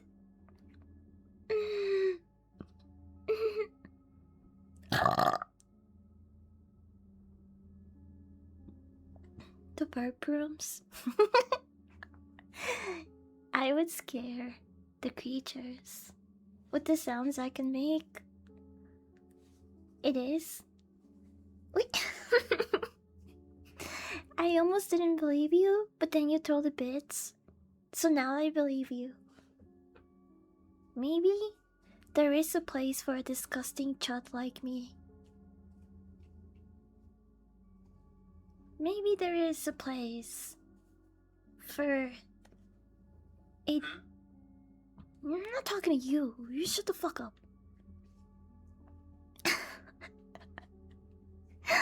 Maybe there is a place for a gross, gassy, disgusting void like me.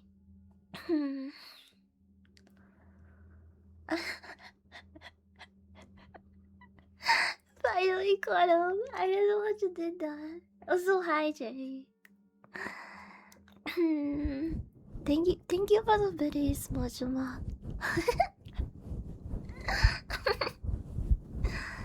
This is the place.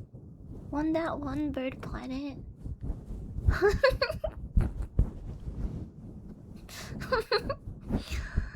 That's a good point.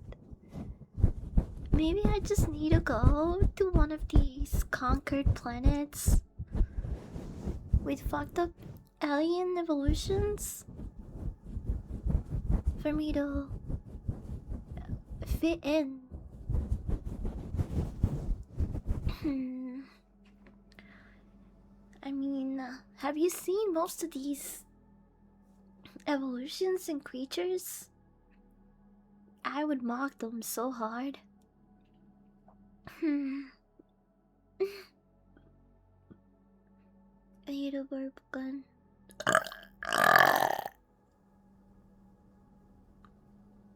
Oh my gosh. I think I'm gonna do some yoga after this. after. Oh, after stream, I'm gonna do yoga.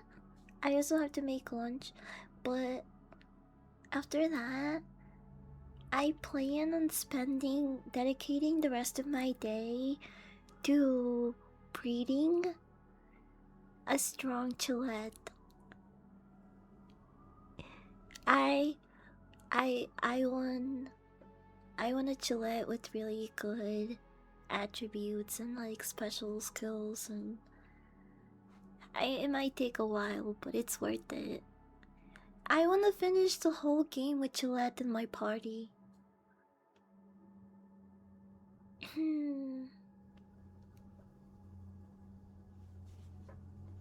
I'm in power recovery. It's so addicting. I love riding my Chillette. My Chillette is basically like an extension of me. I be checking my like chest and everything on while I'm riding him. If I could fall asleep on top of my Chillette, I would. Wait, can we ask for that? Do you think the Pal devs would do something like that later on? I would really like to sleep on top of my Chillette. It looks comfy. I want to make him really strong. He's so cute. Hi, Coop. I took a Tombat all the way to the end. Tombat. I still haven't finished the game. I feel like it sounds familiar. Which one is the Tombat though? Tom.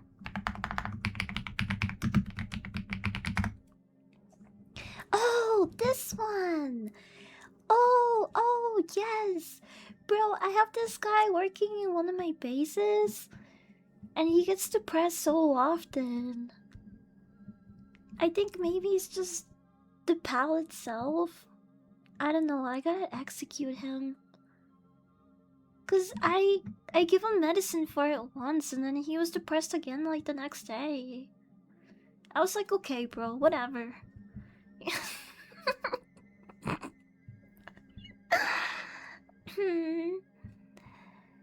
There is probably a mod for that.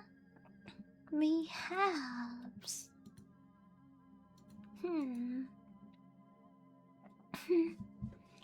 Anyway, how much did we read?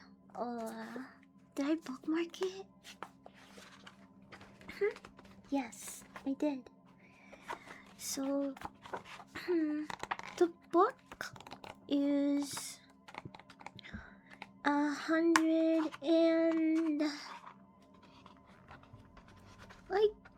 135 pages. Yes.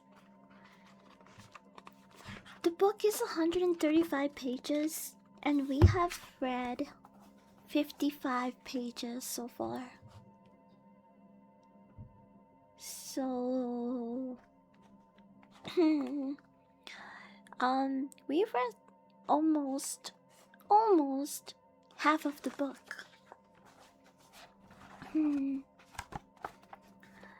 I did want to read a little bit more. I'm just really annoyed by the pressure I feel in my tummy right now. I guess I should go and move around and stretch to see if that helps, cause it is a bit annoying. I wanted to read a little bit more, but I don't want to deal with the discomfort of this. Smoking could fix the pressure? Maybe. You know what else would fix it? Belly rubs.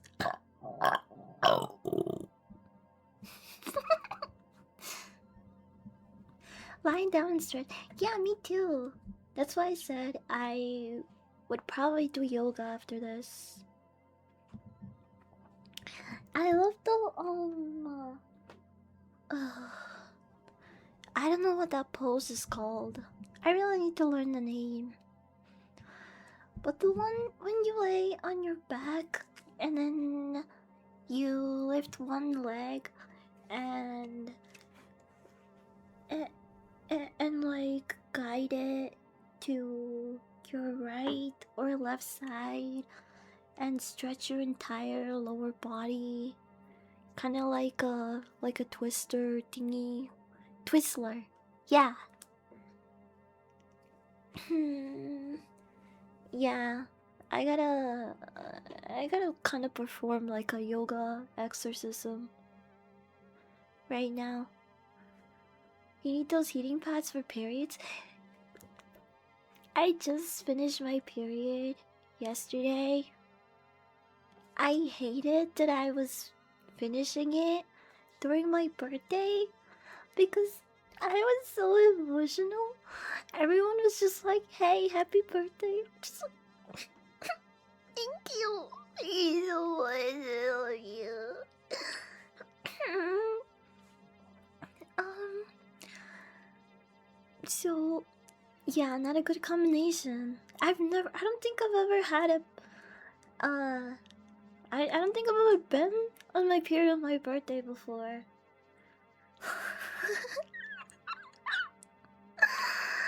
So, I I got a little bit emotional whenever people would say happy birthday. But I'm not really in my period anymore, okay? So I'm back to being emotionally unavailable and detached, okay? Just like a man.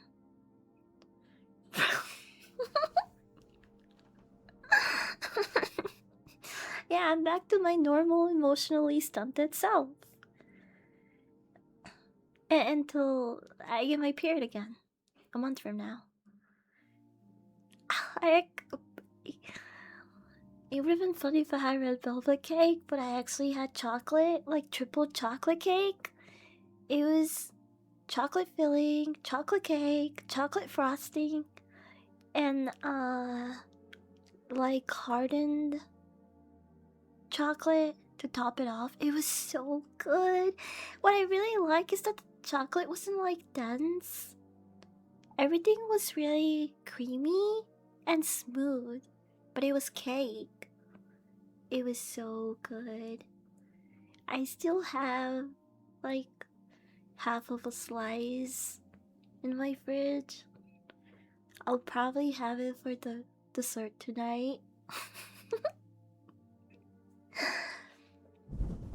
A lot of this dream has sounded These cupcakes look delicious, they were. Funny enough, my mom followed a recipe of a YouTube channel that I watched a lot when I got into my baking obsession, and it was really funny that she mentioned him because I was like, oh, I'm literally getting his books. I'm literally buying the books because I love his recipes. Yeah, yeah, I had big cups, and I still kind of do. Anyway,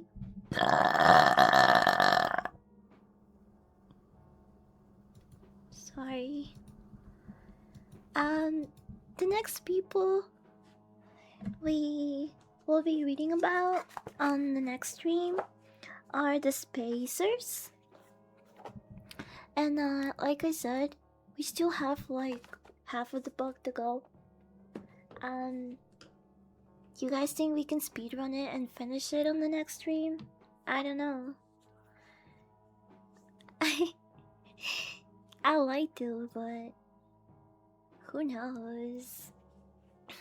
hopefully, hopefully I don't turn into a gas bomb the next time that we read this.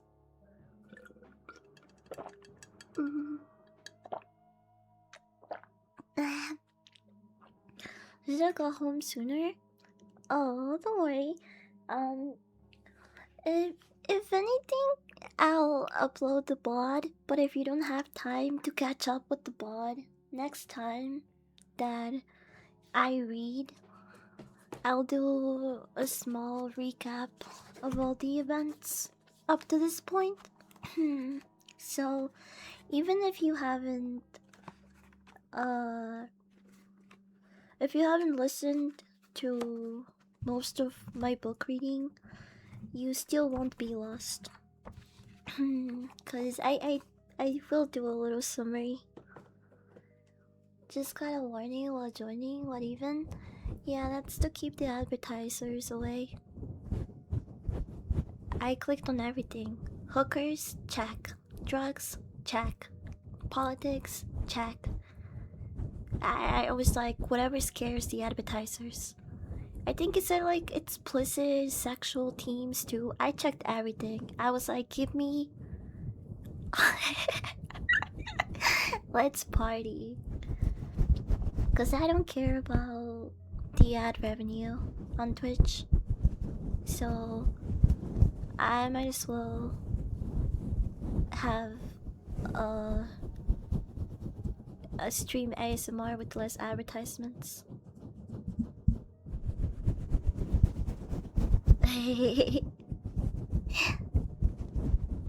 Headshot, drink.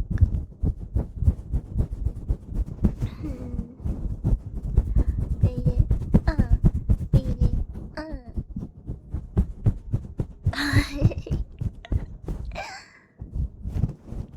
I made these tags brick by brick.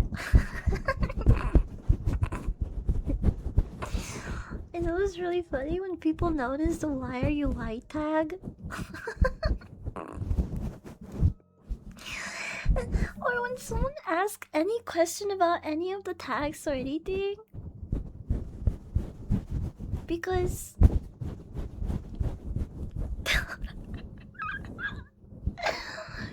bro, they're just tags. I don't fucking know. Why are you blue? Why are you running? Restarted. It wouldn't let me type the other one. You get the point. Okay. We're gonna take one hit for the road and call it a stream. I will be continuing this next week. You need a glowies only tag. Wait, what do you mean glowies only? Isn't a fucking glowy a fad? I don't want no fucking fads. I don't want to associate myself with any fucking glowy fads. Actually, I'm gonna start an analog horror themed ASMR series, and I made a logo inspired by was it channel 58? Local 58, sorry. I made a logo inspired by them. It's this. This is my news channel logo.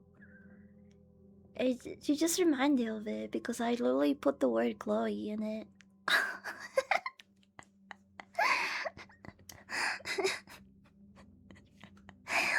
I need more like a schizos only tag. Yeah, I'm sorry. I couldn't help myself.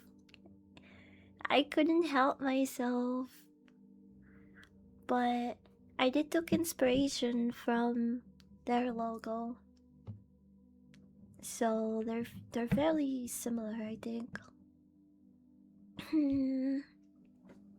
um, I haven't finished making and building all the assets that I want for this analog horror ASMR series, but I've been slowly working on it, and I'm excited. I hope you guys like it once I actually um I I'm actually happy with how things look. You are analog horror. Yeah, I kinda am. I am kind of a horrific experience, depending on who you ask. Some people can. Some people really find comfort in horror. So, I know there's a couple of people out there that might find me comforting. I want to believe.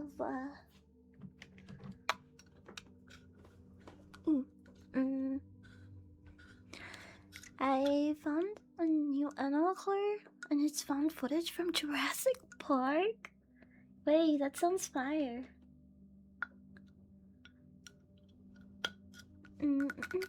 This coming from the Spider-Man premiere.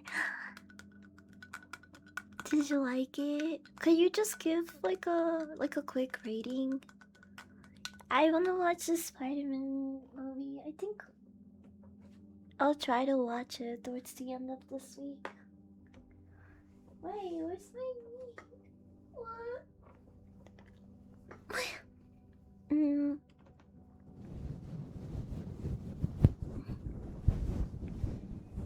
Um, I left my weed, I think, on my room. I'm too lazy to get it, so we're gonna take a dab instead. Cause I have my dab still here.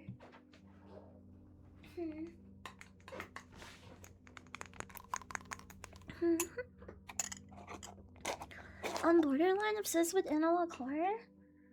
Okay, I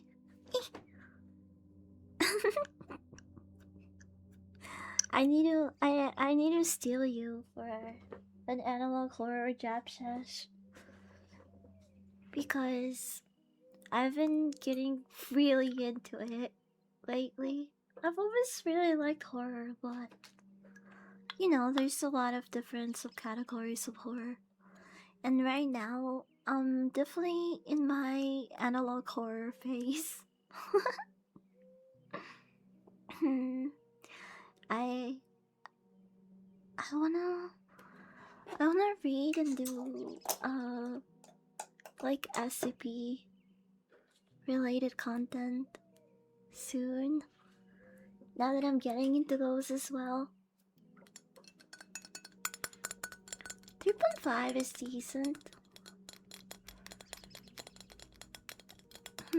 My family really wants to go see the new Spider-Man movie.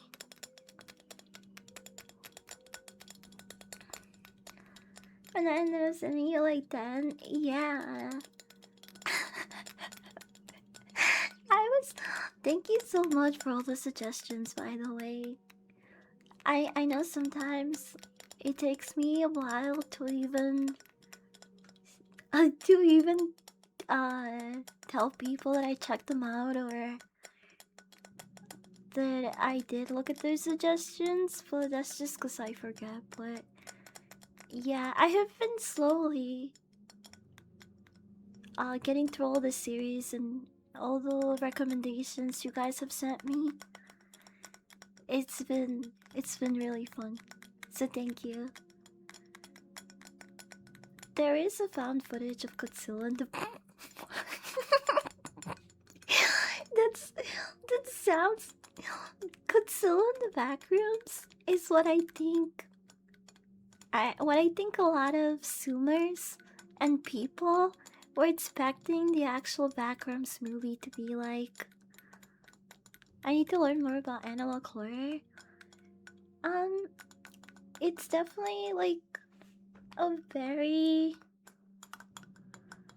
It's a very fun rabbit hole and like community to get into. I wouldn't say I'm really like active or know much about the communities, but um, I am a huge fan of a lot of media and found footage stuff. I love found footage movies, so it just makes sense that I would really enjoy analog horror as well. What's analog horror? Like, yeah, it is. It's kinda, it's basically a story told in like found footage. Um, through like a found footage perspective, or um, recordings in broadcasts as well. It's basically a lot of like old school footage style filming, I guess. Shelter 54 is fantastic. I don't know if you've recommended that one before. But I'll look into it. Like I said, I pretty soon I think I will do one SCP related stream as well. So I'm gonna be asking people what their favorite SCPs are. Hold on. I was looking for my cap. Here's my torch. Okay, I'm gonna bring down the mic gain. Otherwise, what the hell is this? The lock? Wait, there's. Oh, there we go. I couldn't take off the child lock for my torch. It was like jammed in there. Okay. Ooh. How do you feel about the old radio broadcast? There was a story about aliens walking among us and everyone freaked out. I don't know, you would have to point me to that specific story, cause it sounds really familiar. Like, it's the premise to a good amount of sci-fi stuff. Yeah, it works. Wait, shut the fuck up.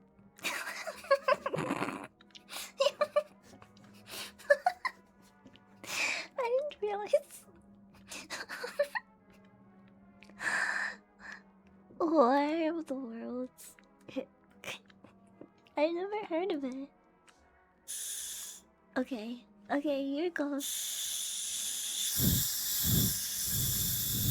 Oh shoot! The gas! The gas is so strong! It like...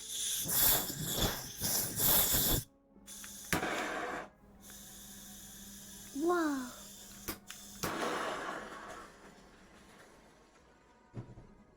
I'm sorry, that's really funny.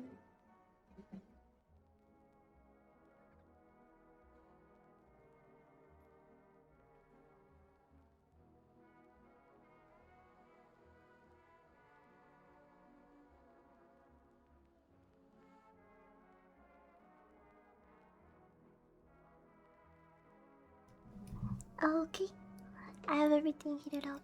Cheers!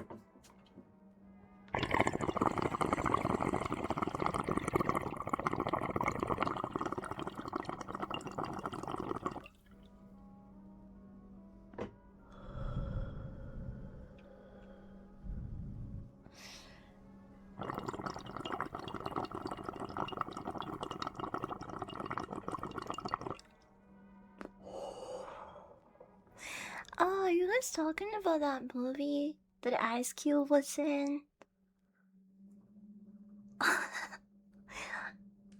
Cause it's a new version of an old movie, right? Is that the one?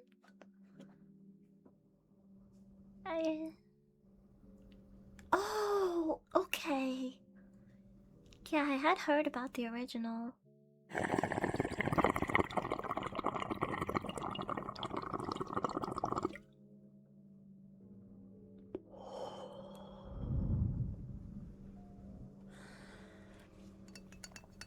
Alan Moore's Watchmen? You think so? Dr. Manhattan is already like he's off-putting already. So I can see it. I need to reheat this up a bit. I kinda let it cool down. I don't know if I told you, but after I broke my original quartz finger, I purchased a new one, and the glass of this specific chamber is so fucking thick that it takes forever to heat up, but for some reason it doesn't even like retain heat for that long too. I don't know, it's weird. I've never had a banger like this one. Should get a thermal banger. I think, yeah, I mean, at this point, I think most bangers are an upgrade from this. I've just been too lazy to go to the smoke shop.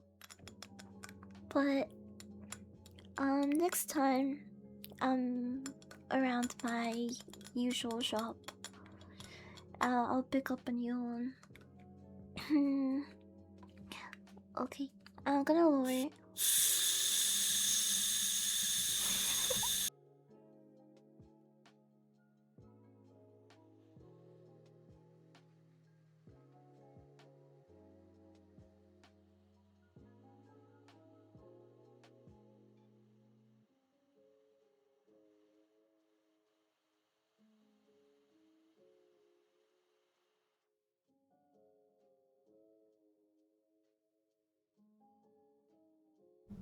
Okay.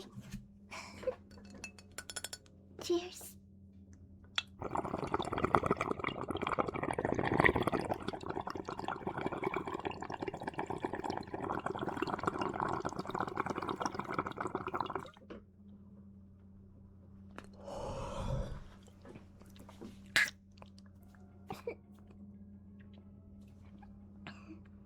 I'm being simultaneously blown up.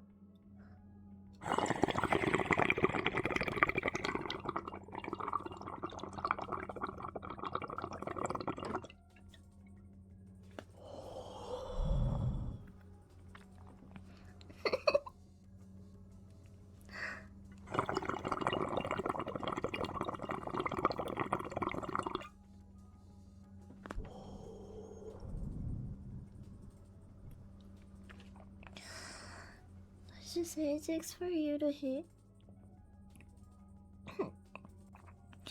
Are you talking about dabs or edibles?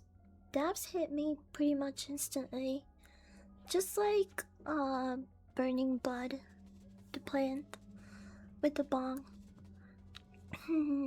or smoking a joint. I feel it pretty much almost right away.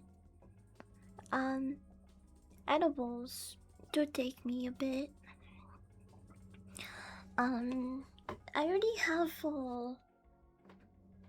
mm, I have a condition where food and things that enter my body and system stay in my body longer than the usual person, than the average person, because it takes me a bit to digest things, but they also stay in my body longer, and because of that, I end up being stoned longer than most people when it comes to edibles.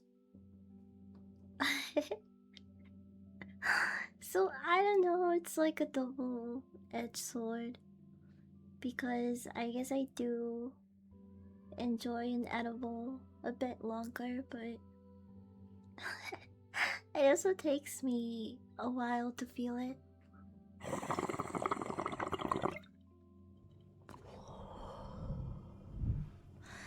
Any recent movie recommendations? Um, I don't think I've watched anything recently. I mean, movies at least.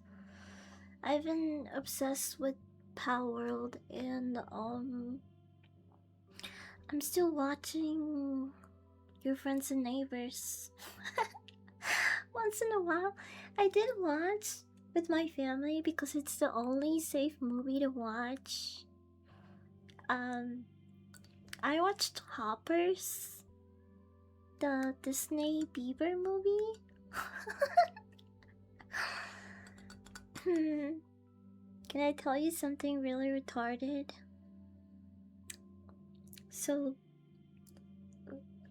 when we were on the Disney app looking for the movie, um, we stopped on Hoppers and we read the description. We are like, oh, okay. But I don't know what happened. That when I clicked on it, it redirected me to like a Disney Hoppers ambiance screen, and this is so retarded and embarrassing because I actually had invited a couple of friends that I hadn't seen in a while. And I was like, oh, so the movie starts with like those wildlife cameras that people set up so we can, study and watch wildlife. And it was cool, it was chill. But then it just kept going and going.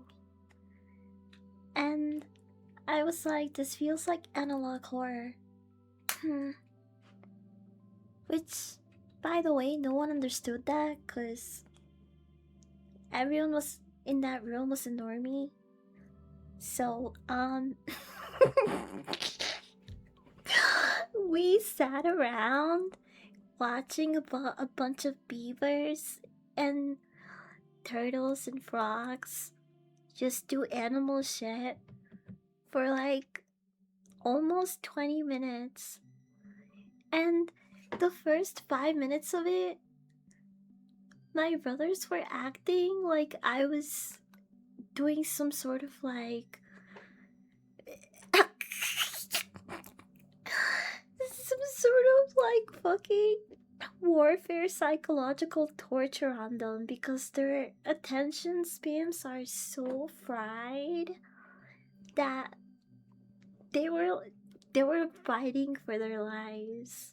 And I was like, okay, maybe it'll change soon. And I stayed saying, okay, maybe they're trying to show us something. Like a fucking retard. I was like, okay, maybe it feels like a long time because our attention spans are so fried from our devices that 5 to 6 minutes can feel like eternity. And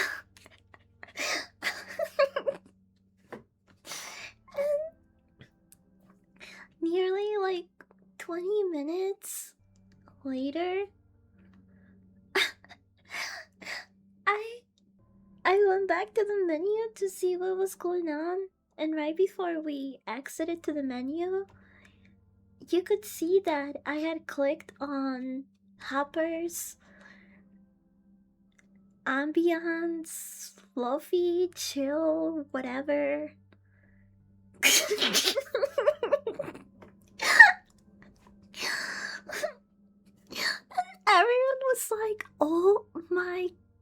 god. It was so embarrassing. Oh my gosh, my friends couldn't stop laughing.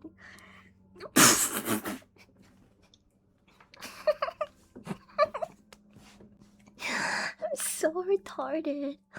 Oh, the way that I kept fighting with them almost every 5 minutes and telling them, just hold on. Oh my god, you guys are so impatient.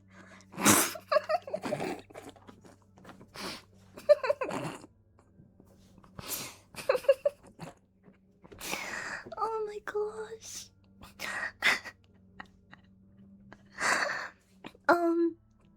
Anyway, so I did end up watching the actual movie. We did end up watching the movie. And I liked it. um I I recognized immediately everyone in the cast based on their voice. Especially since I've been binge watching that John Hamm series. I immediately heard the mayor and I was like, that's John Hamm. Wait, who else is in this cast? And the evil bug guy is voiced by Dave Franco. And wait, hold on, who else is there?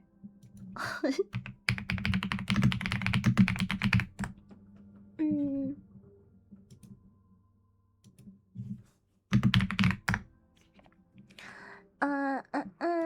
Piper, Curto is Mabel. Oh, Bobby! I know this guy.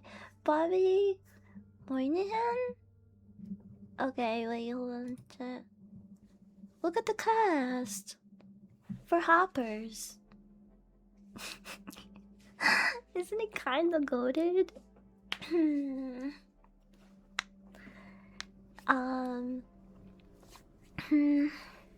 Some bits of it were really corny. I mean, it's a Disney, it's a kids movie, but they do have like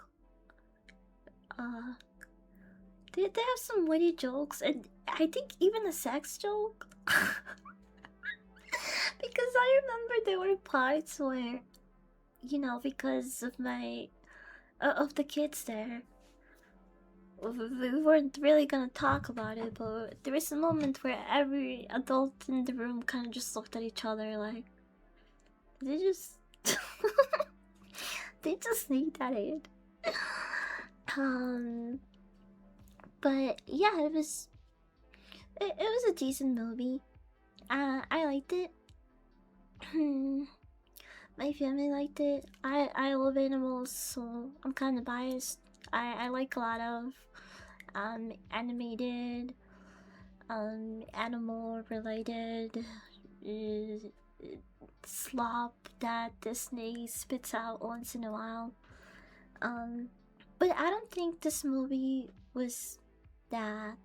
I mean, yeah, there's a lot of A-list celebrities in it, but I wouldn't really call the movie slop, I guess. I enjoyed it. Oh, I did watch The Wild Robot. Yeah, I love that movie. Aren't they gonna make a second one? I think they are. Nurse usually signed up for VA roles in animated movies because those keep playing for years. That makes sense. That makes sense. I mean, I don't really mind A-listers being casted for certain projects and animations, movies, shows, whatever. As long as they do a good job. That's all I care about, because you know, a lot of you guys watch anime. And if not, you have probably at some point seen a cartoon or animated movie that has really shitty Western and English BAs, and then just really goated Japanese or I don't know, like Korean BAs, whatever. So I don't really, I don't really care much if there's a bunch of A-listers in a project, movie, whatever. As long as they do a good job, bro. Speaking of sloth, has anyone here watched the Breaking Bear cartoon? It's funny and wild. Breaking Bear. I don't think I've ever watched or heard of that. Oh! Of course it's from Tubi!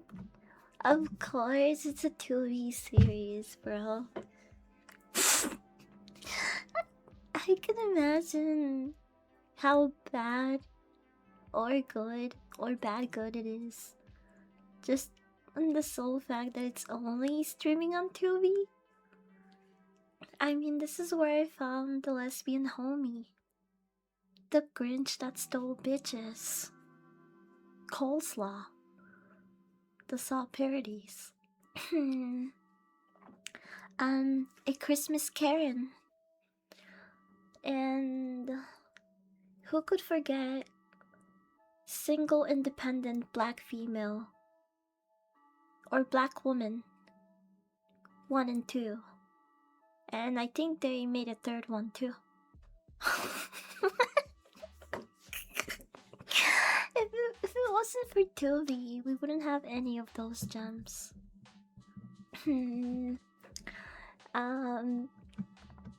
I think the next movie that I'll watch is actually The Mist. I know it's a really old movie. It's a classic. It's referenced in lots of places. At this point, I think everyone's seen it. But I've never seen it. I've never seen it, and every time that I tell people that, they look at me like they just saw a ghost. So, I ordered the movie, and and I just got it like 2 days ago. I've been really meaning to watch that one, so I think I'm gonna watch The Mist sometime before the weekend, and during the weekend I'll probably watch the Spider-Man movie.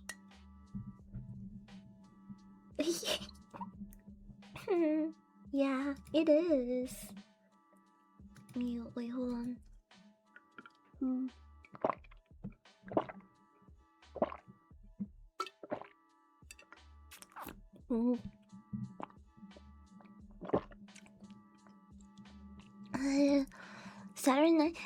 Saturday night and Sunday are for SummerSlam.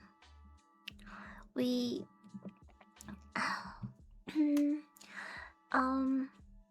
I mean, I know some people don't give a fuck about wrestling, but I still love and give a fuck about wrestling.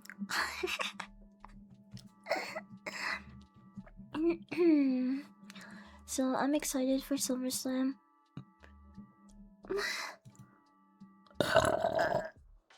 Sorry.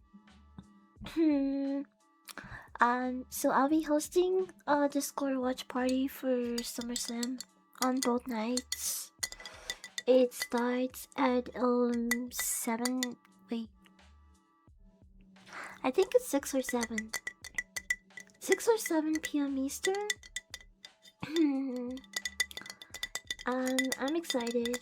Although I think they're dragging out the whole Oba Femi and Brock Lesnar thing at this point. I think that should have been a storyline they ended like 2 months ago. But whatever. I'm excited to watch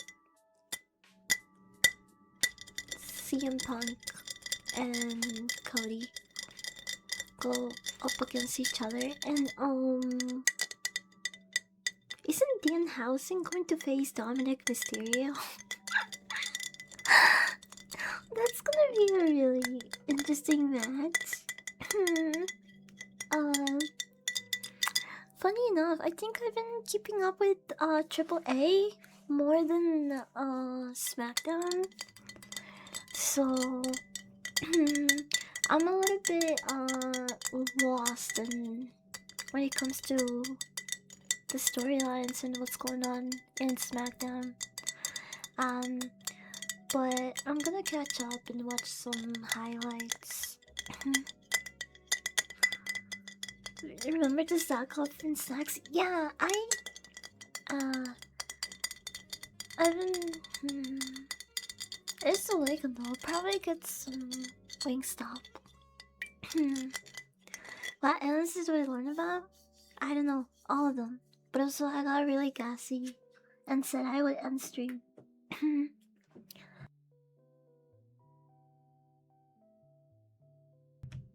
And then I started yapping for the following hour or 30 minutes. I don't know. Okay, just listen to some of these. Very real. They are. Like, I'm quite literally here. Look. Right? These are to be originals. We have a mother's confession. Twin. Married to a bala. Number 2.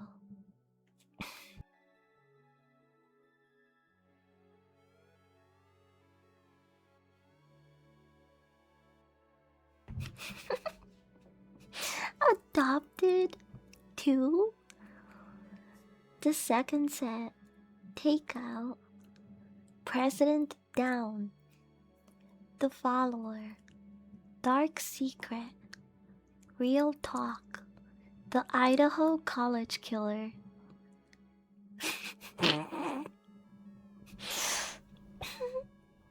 Please don't feed the children.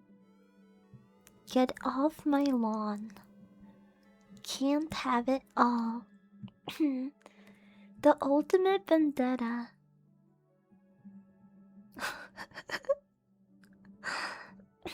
Divorce lawyer. Robo Force. Don't mess with grandma.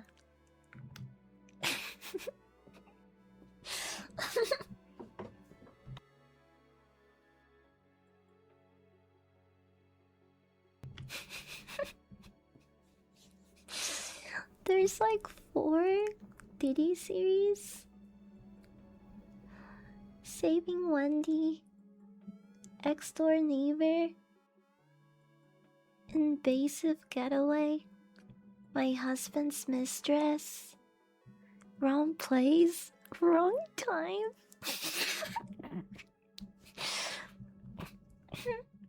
Fatal exposure.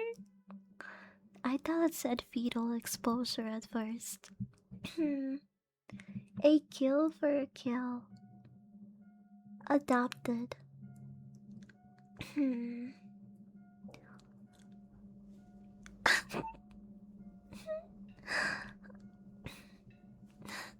Sugar mama. Bed rest. Why is she so upset about resting in bed? Look at her. It's like they're killing her. She's like, please don't make me rest. Please don't make me rest. Look. Why is she so upset about bed rest? Lloyd of the Flies. Corrective measures. Forever us. Swipe left. Or death. DC down. On trial young Tug. The stepmother. The stepmother too. Low lives. Married to a Bala.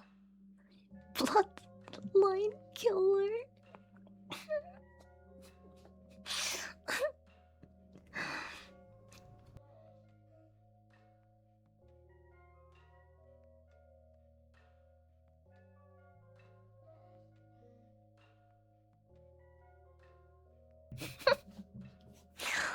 Searching for masculinity.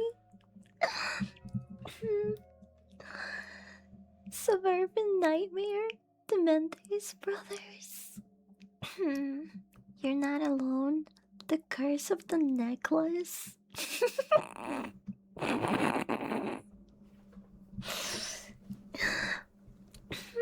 The assistant. The assistant too.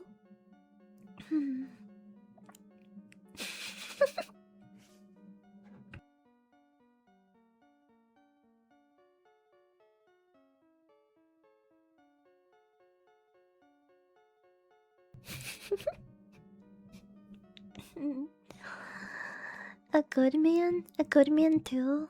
The grim sleeper. Okay, you gotta admit. Now that sounds like a good title. The grim sleeper. Hungover games. Best friend. Slay.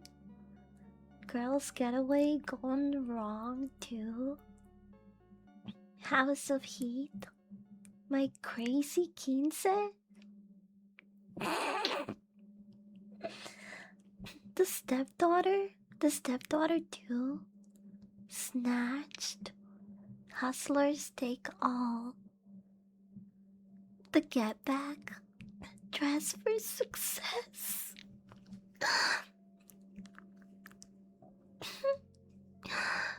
Meet the killer parents.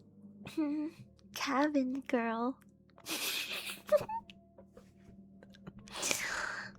Violent man. She came from the woods. Clickbait unfollowed. A stranger's child. Killer body count. Hunting games. Bury the bride. My husband hired a hitman. Rock the boat. Rock the boat too.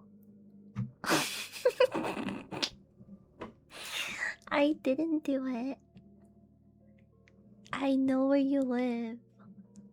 The one next door.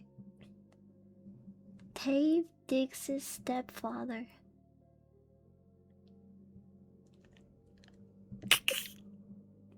Give me back my baby.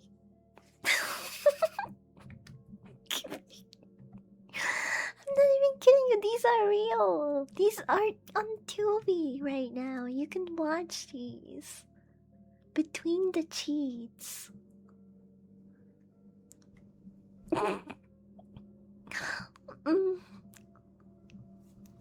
Borders. Woman to woman. The moment.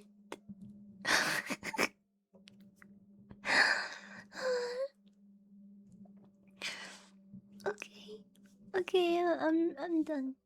I'm done reading through these. Have you seen 100 Beavers? Yes, I have. It's really funny and cool, and I loved it. I think I gave 100 Beavers 4 stars, if I'm remembering. Watch 100 Beavers if you haven't, chat. It's good shit. It's good shit.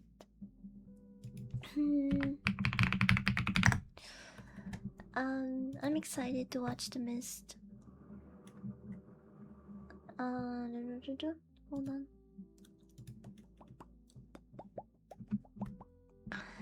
I want your socks. What? Vanilla Sky Passengers. The Good, the bad, and ugly. Oh, I need to. Oh my gosh, I need to update my letterboxd. I've seen so many of these movies. Oh, I don't care if this movie is bad, I still want to watch it. I don't care if this movie is bad, I still want to watch it. I want to see Christian Bale play Frankenstein. 2.8. I really thought people would be all over this shit.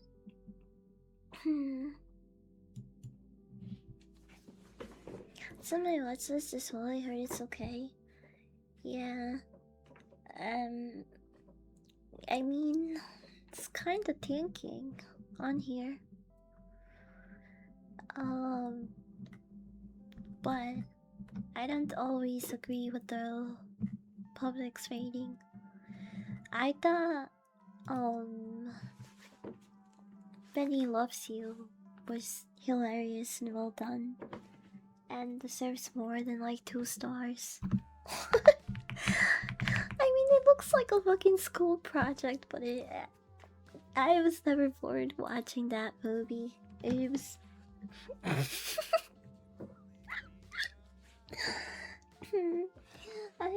I love Benny. He's such a cute. Is he a dog? I think he's a dog.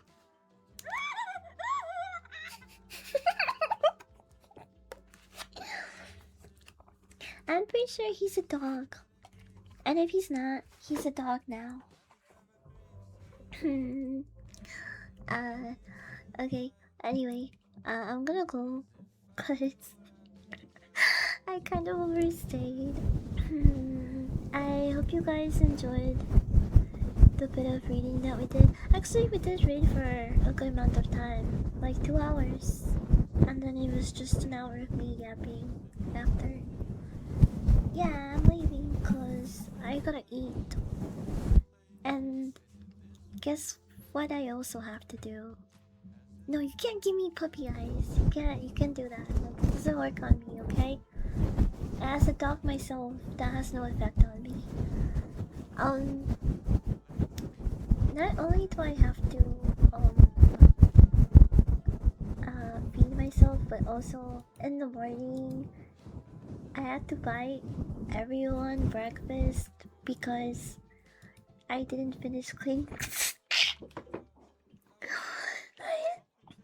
I didn't finish cleaning the oven, and no one could heat up stuff in the morning, and they got really mad at me. And I was like, okay, I'm gonna make a breakfast around what you guys want. I'm gonna get out anything you want: coffee, burrito, bagel, sandwich.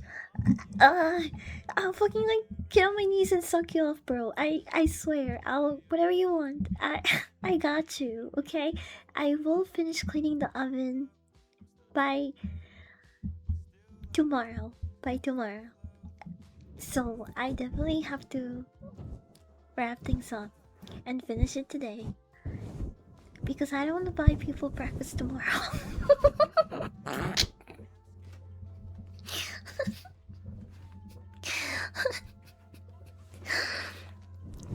Anyway, I will be uploading the bot on YouTube, so you'll see it on YouTube in a couple hours later if you missed the book reading and you want to catch up.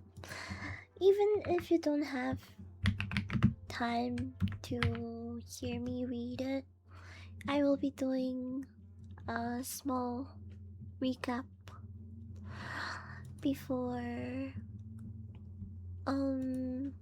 I start reading on the next stream.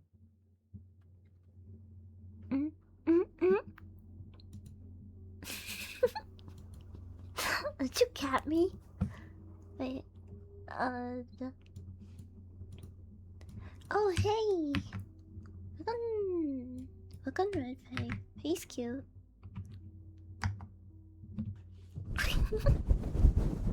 Oh, I don't know. I mean, the bot just like auto convince you for not gonna be some licks.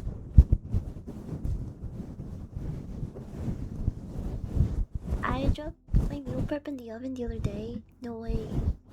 What the fuck? That sucks. You know the reason why I started even also cleaning milk, cleaning my oven, was because I dropped milk in it. I dropped milk and I was like, oh, it'll dry up, right? But then it did, and it turned into like crystallized milk. And it was really gross and weird looking. And it would smell when you turn on the oven.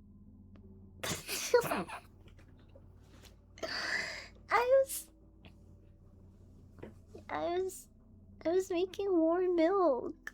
I like warm milk before I go to sleep with honey. I like warm milk and honey. And you guys can't convince me that that's weird. It's comfy, it's comforting, and it's tasty. I like my milkies. I. Okay, bye!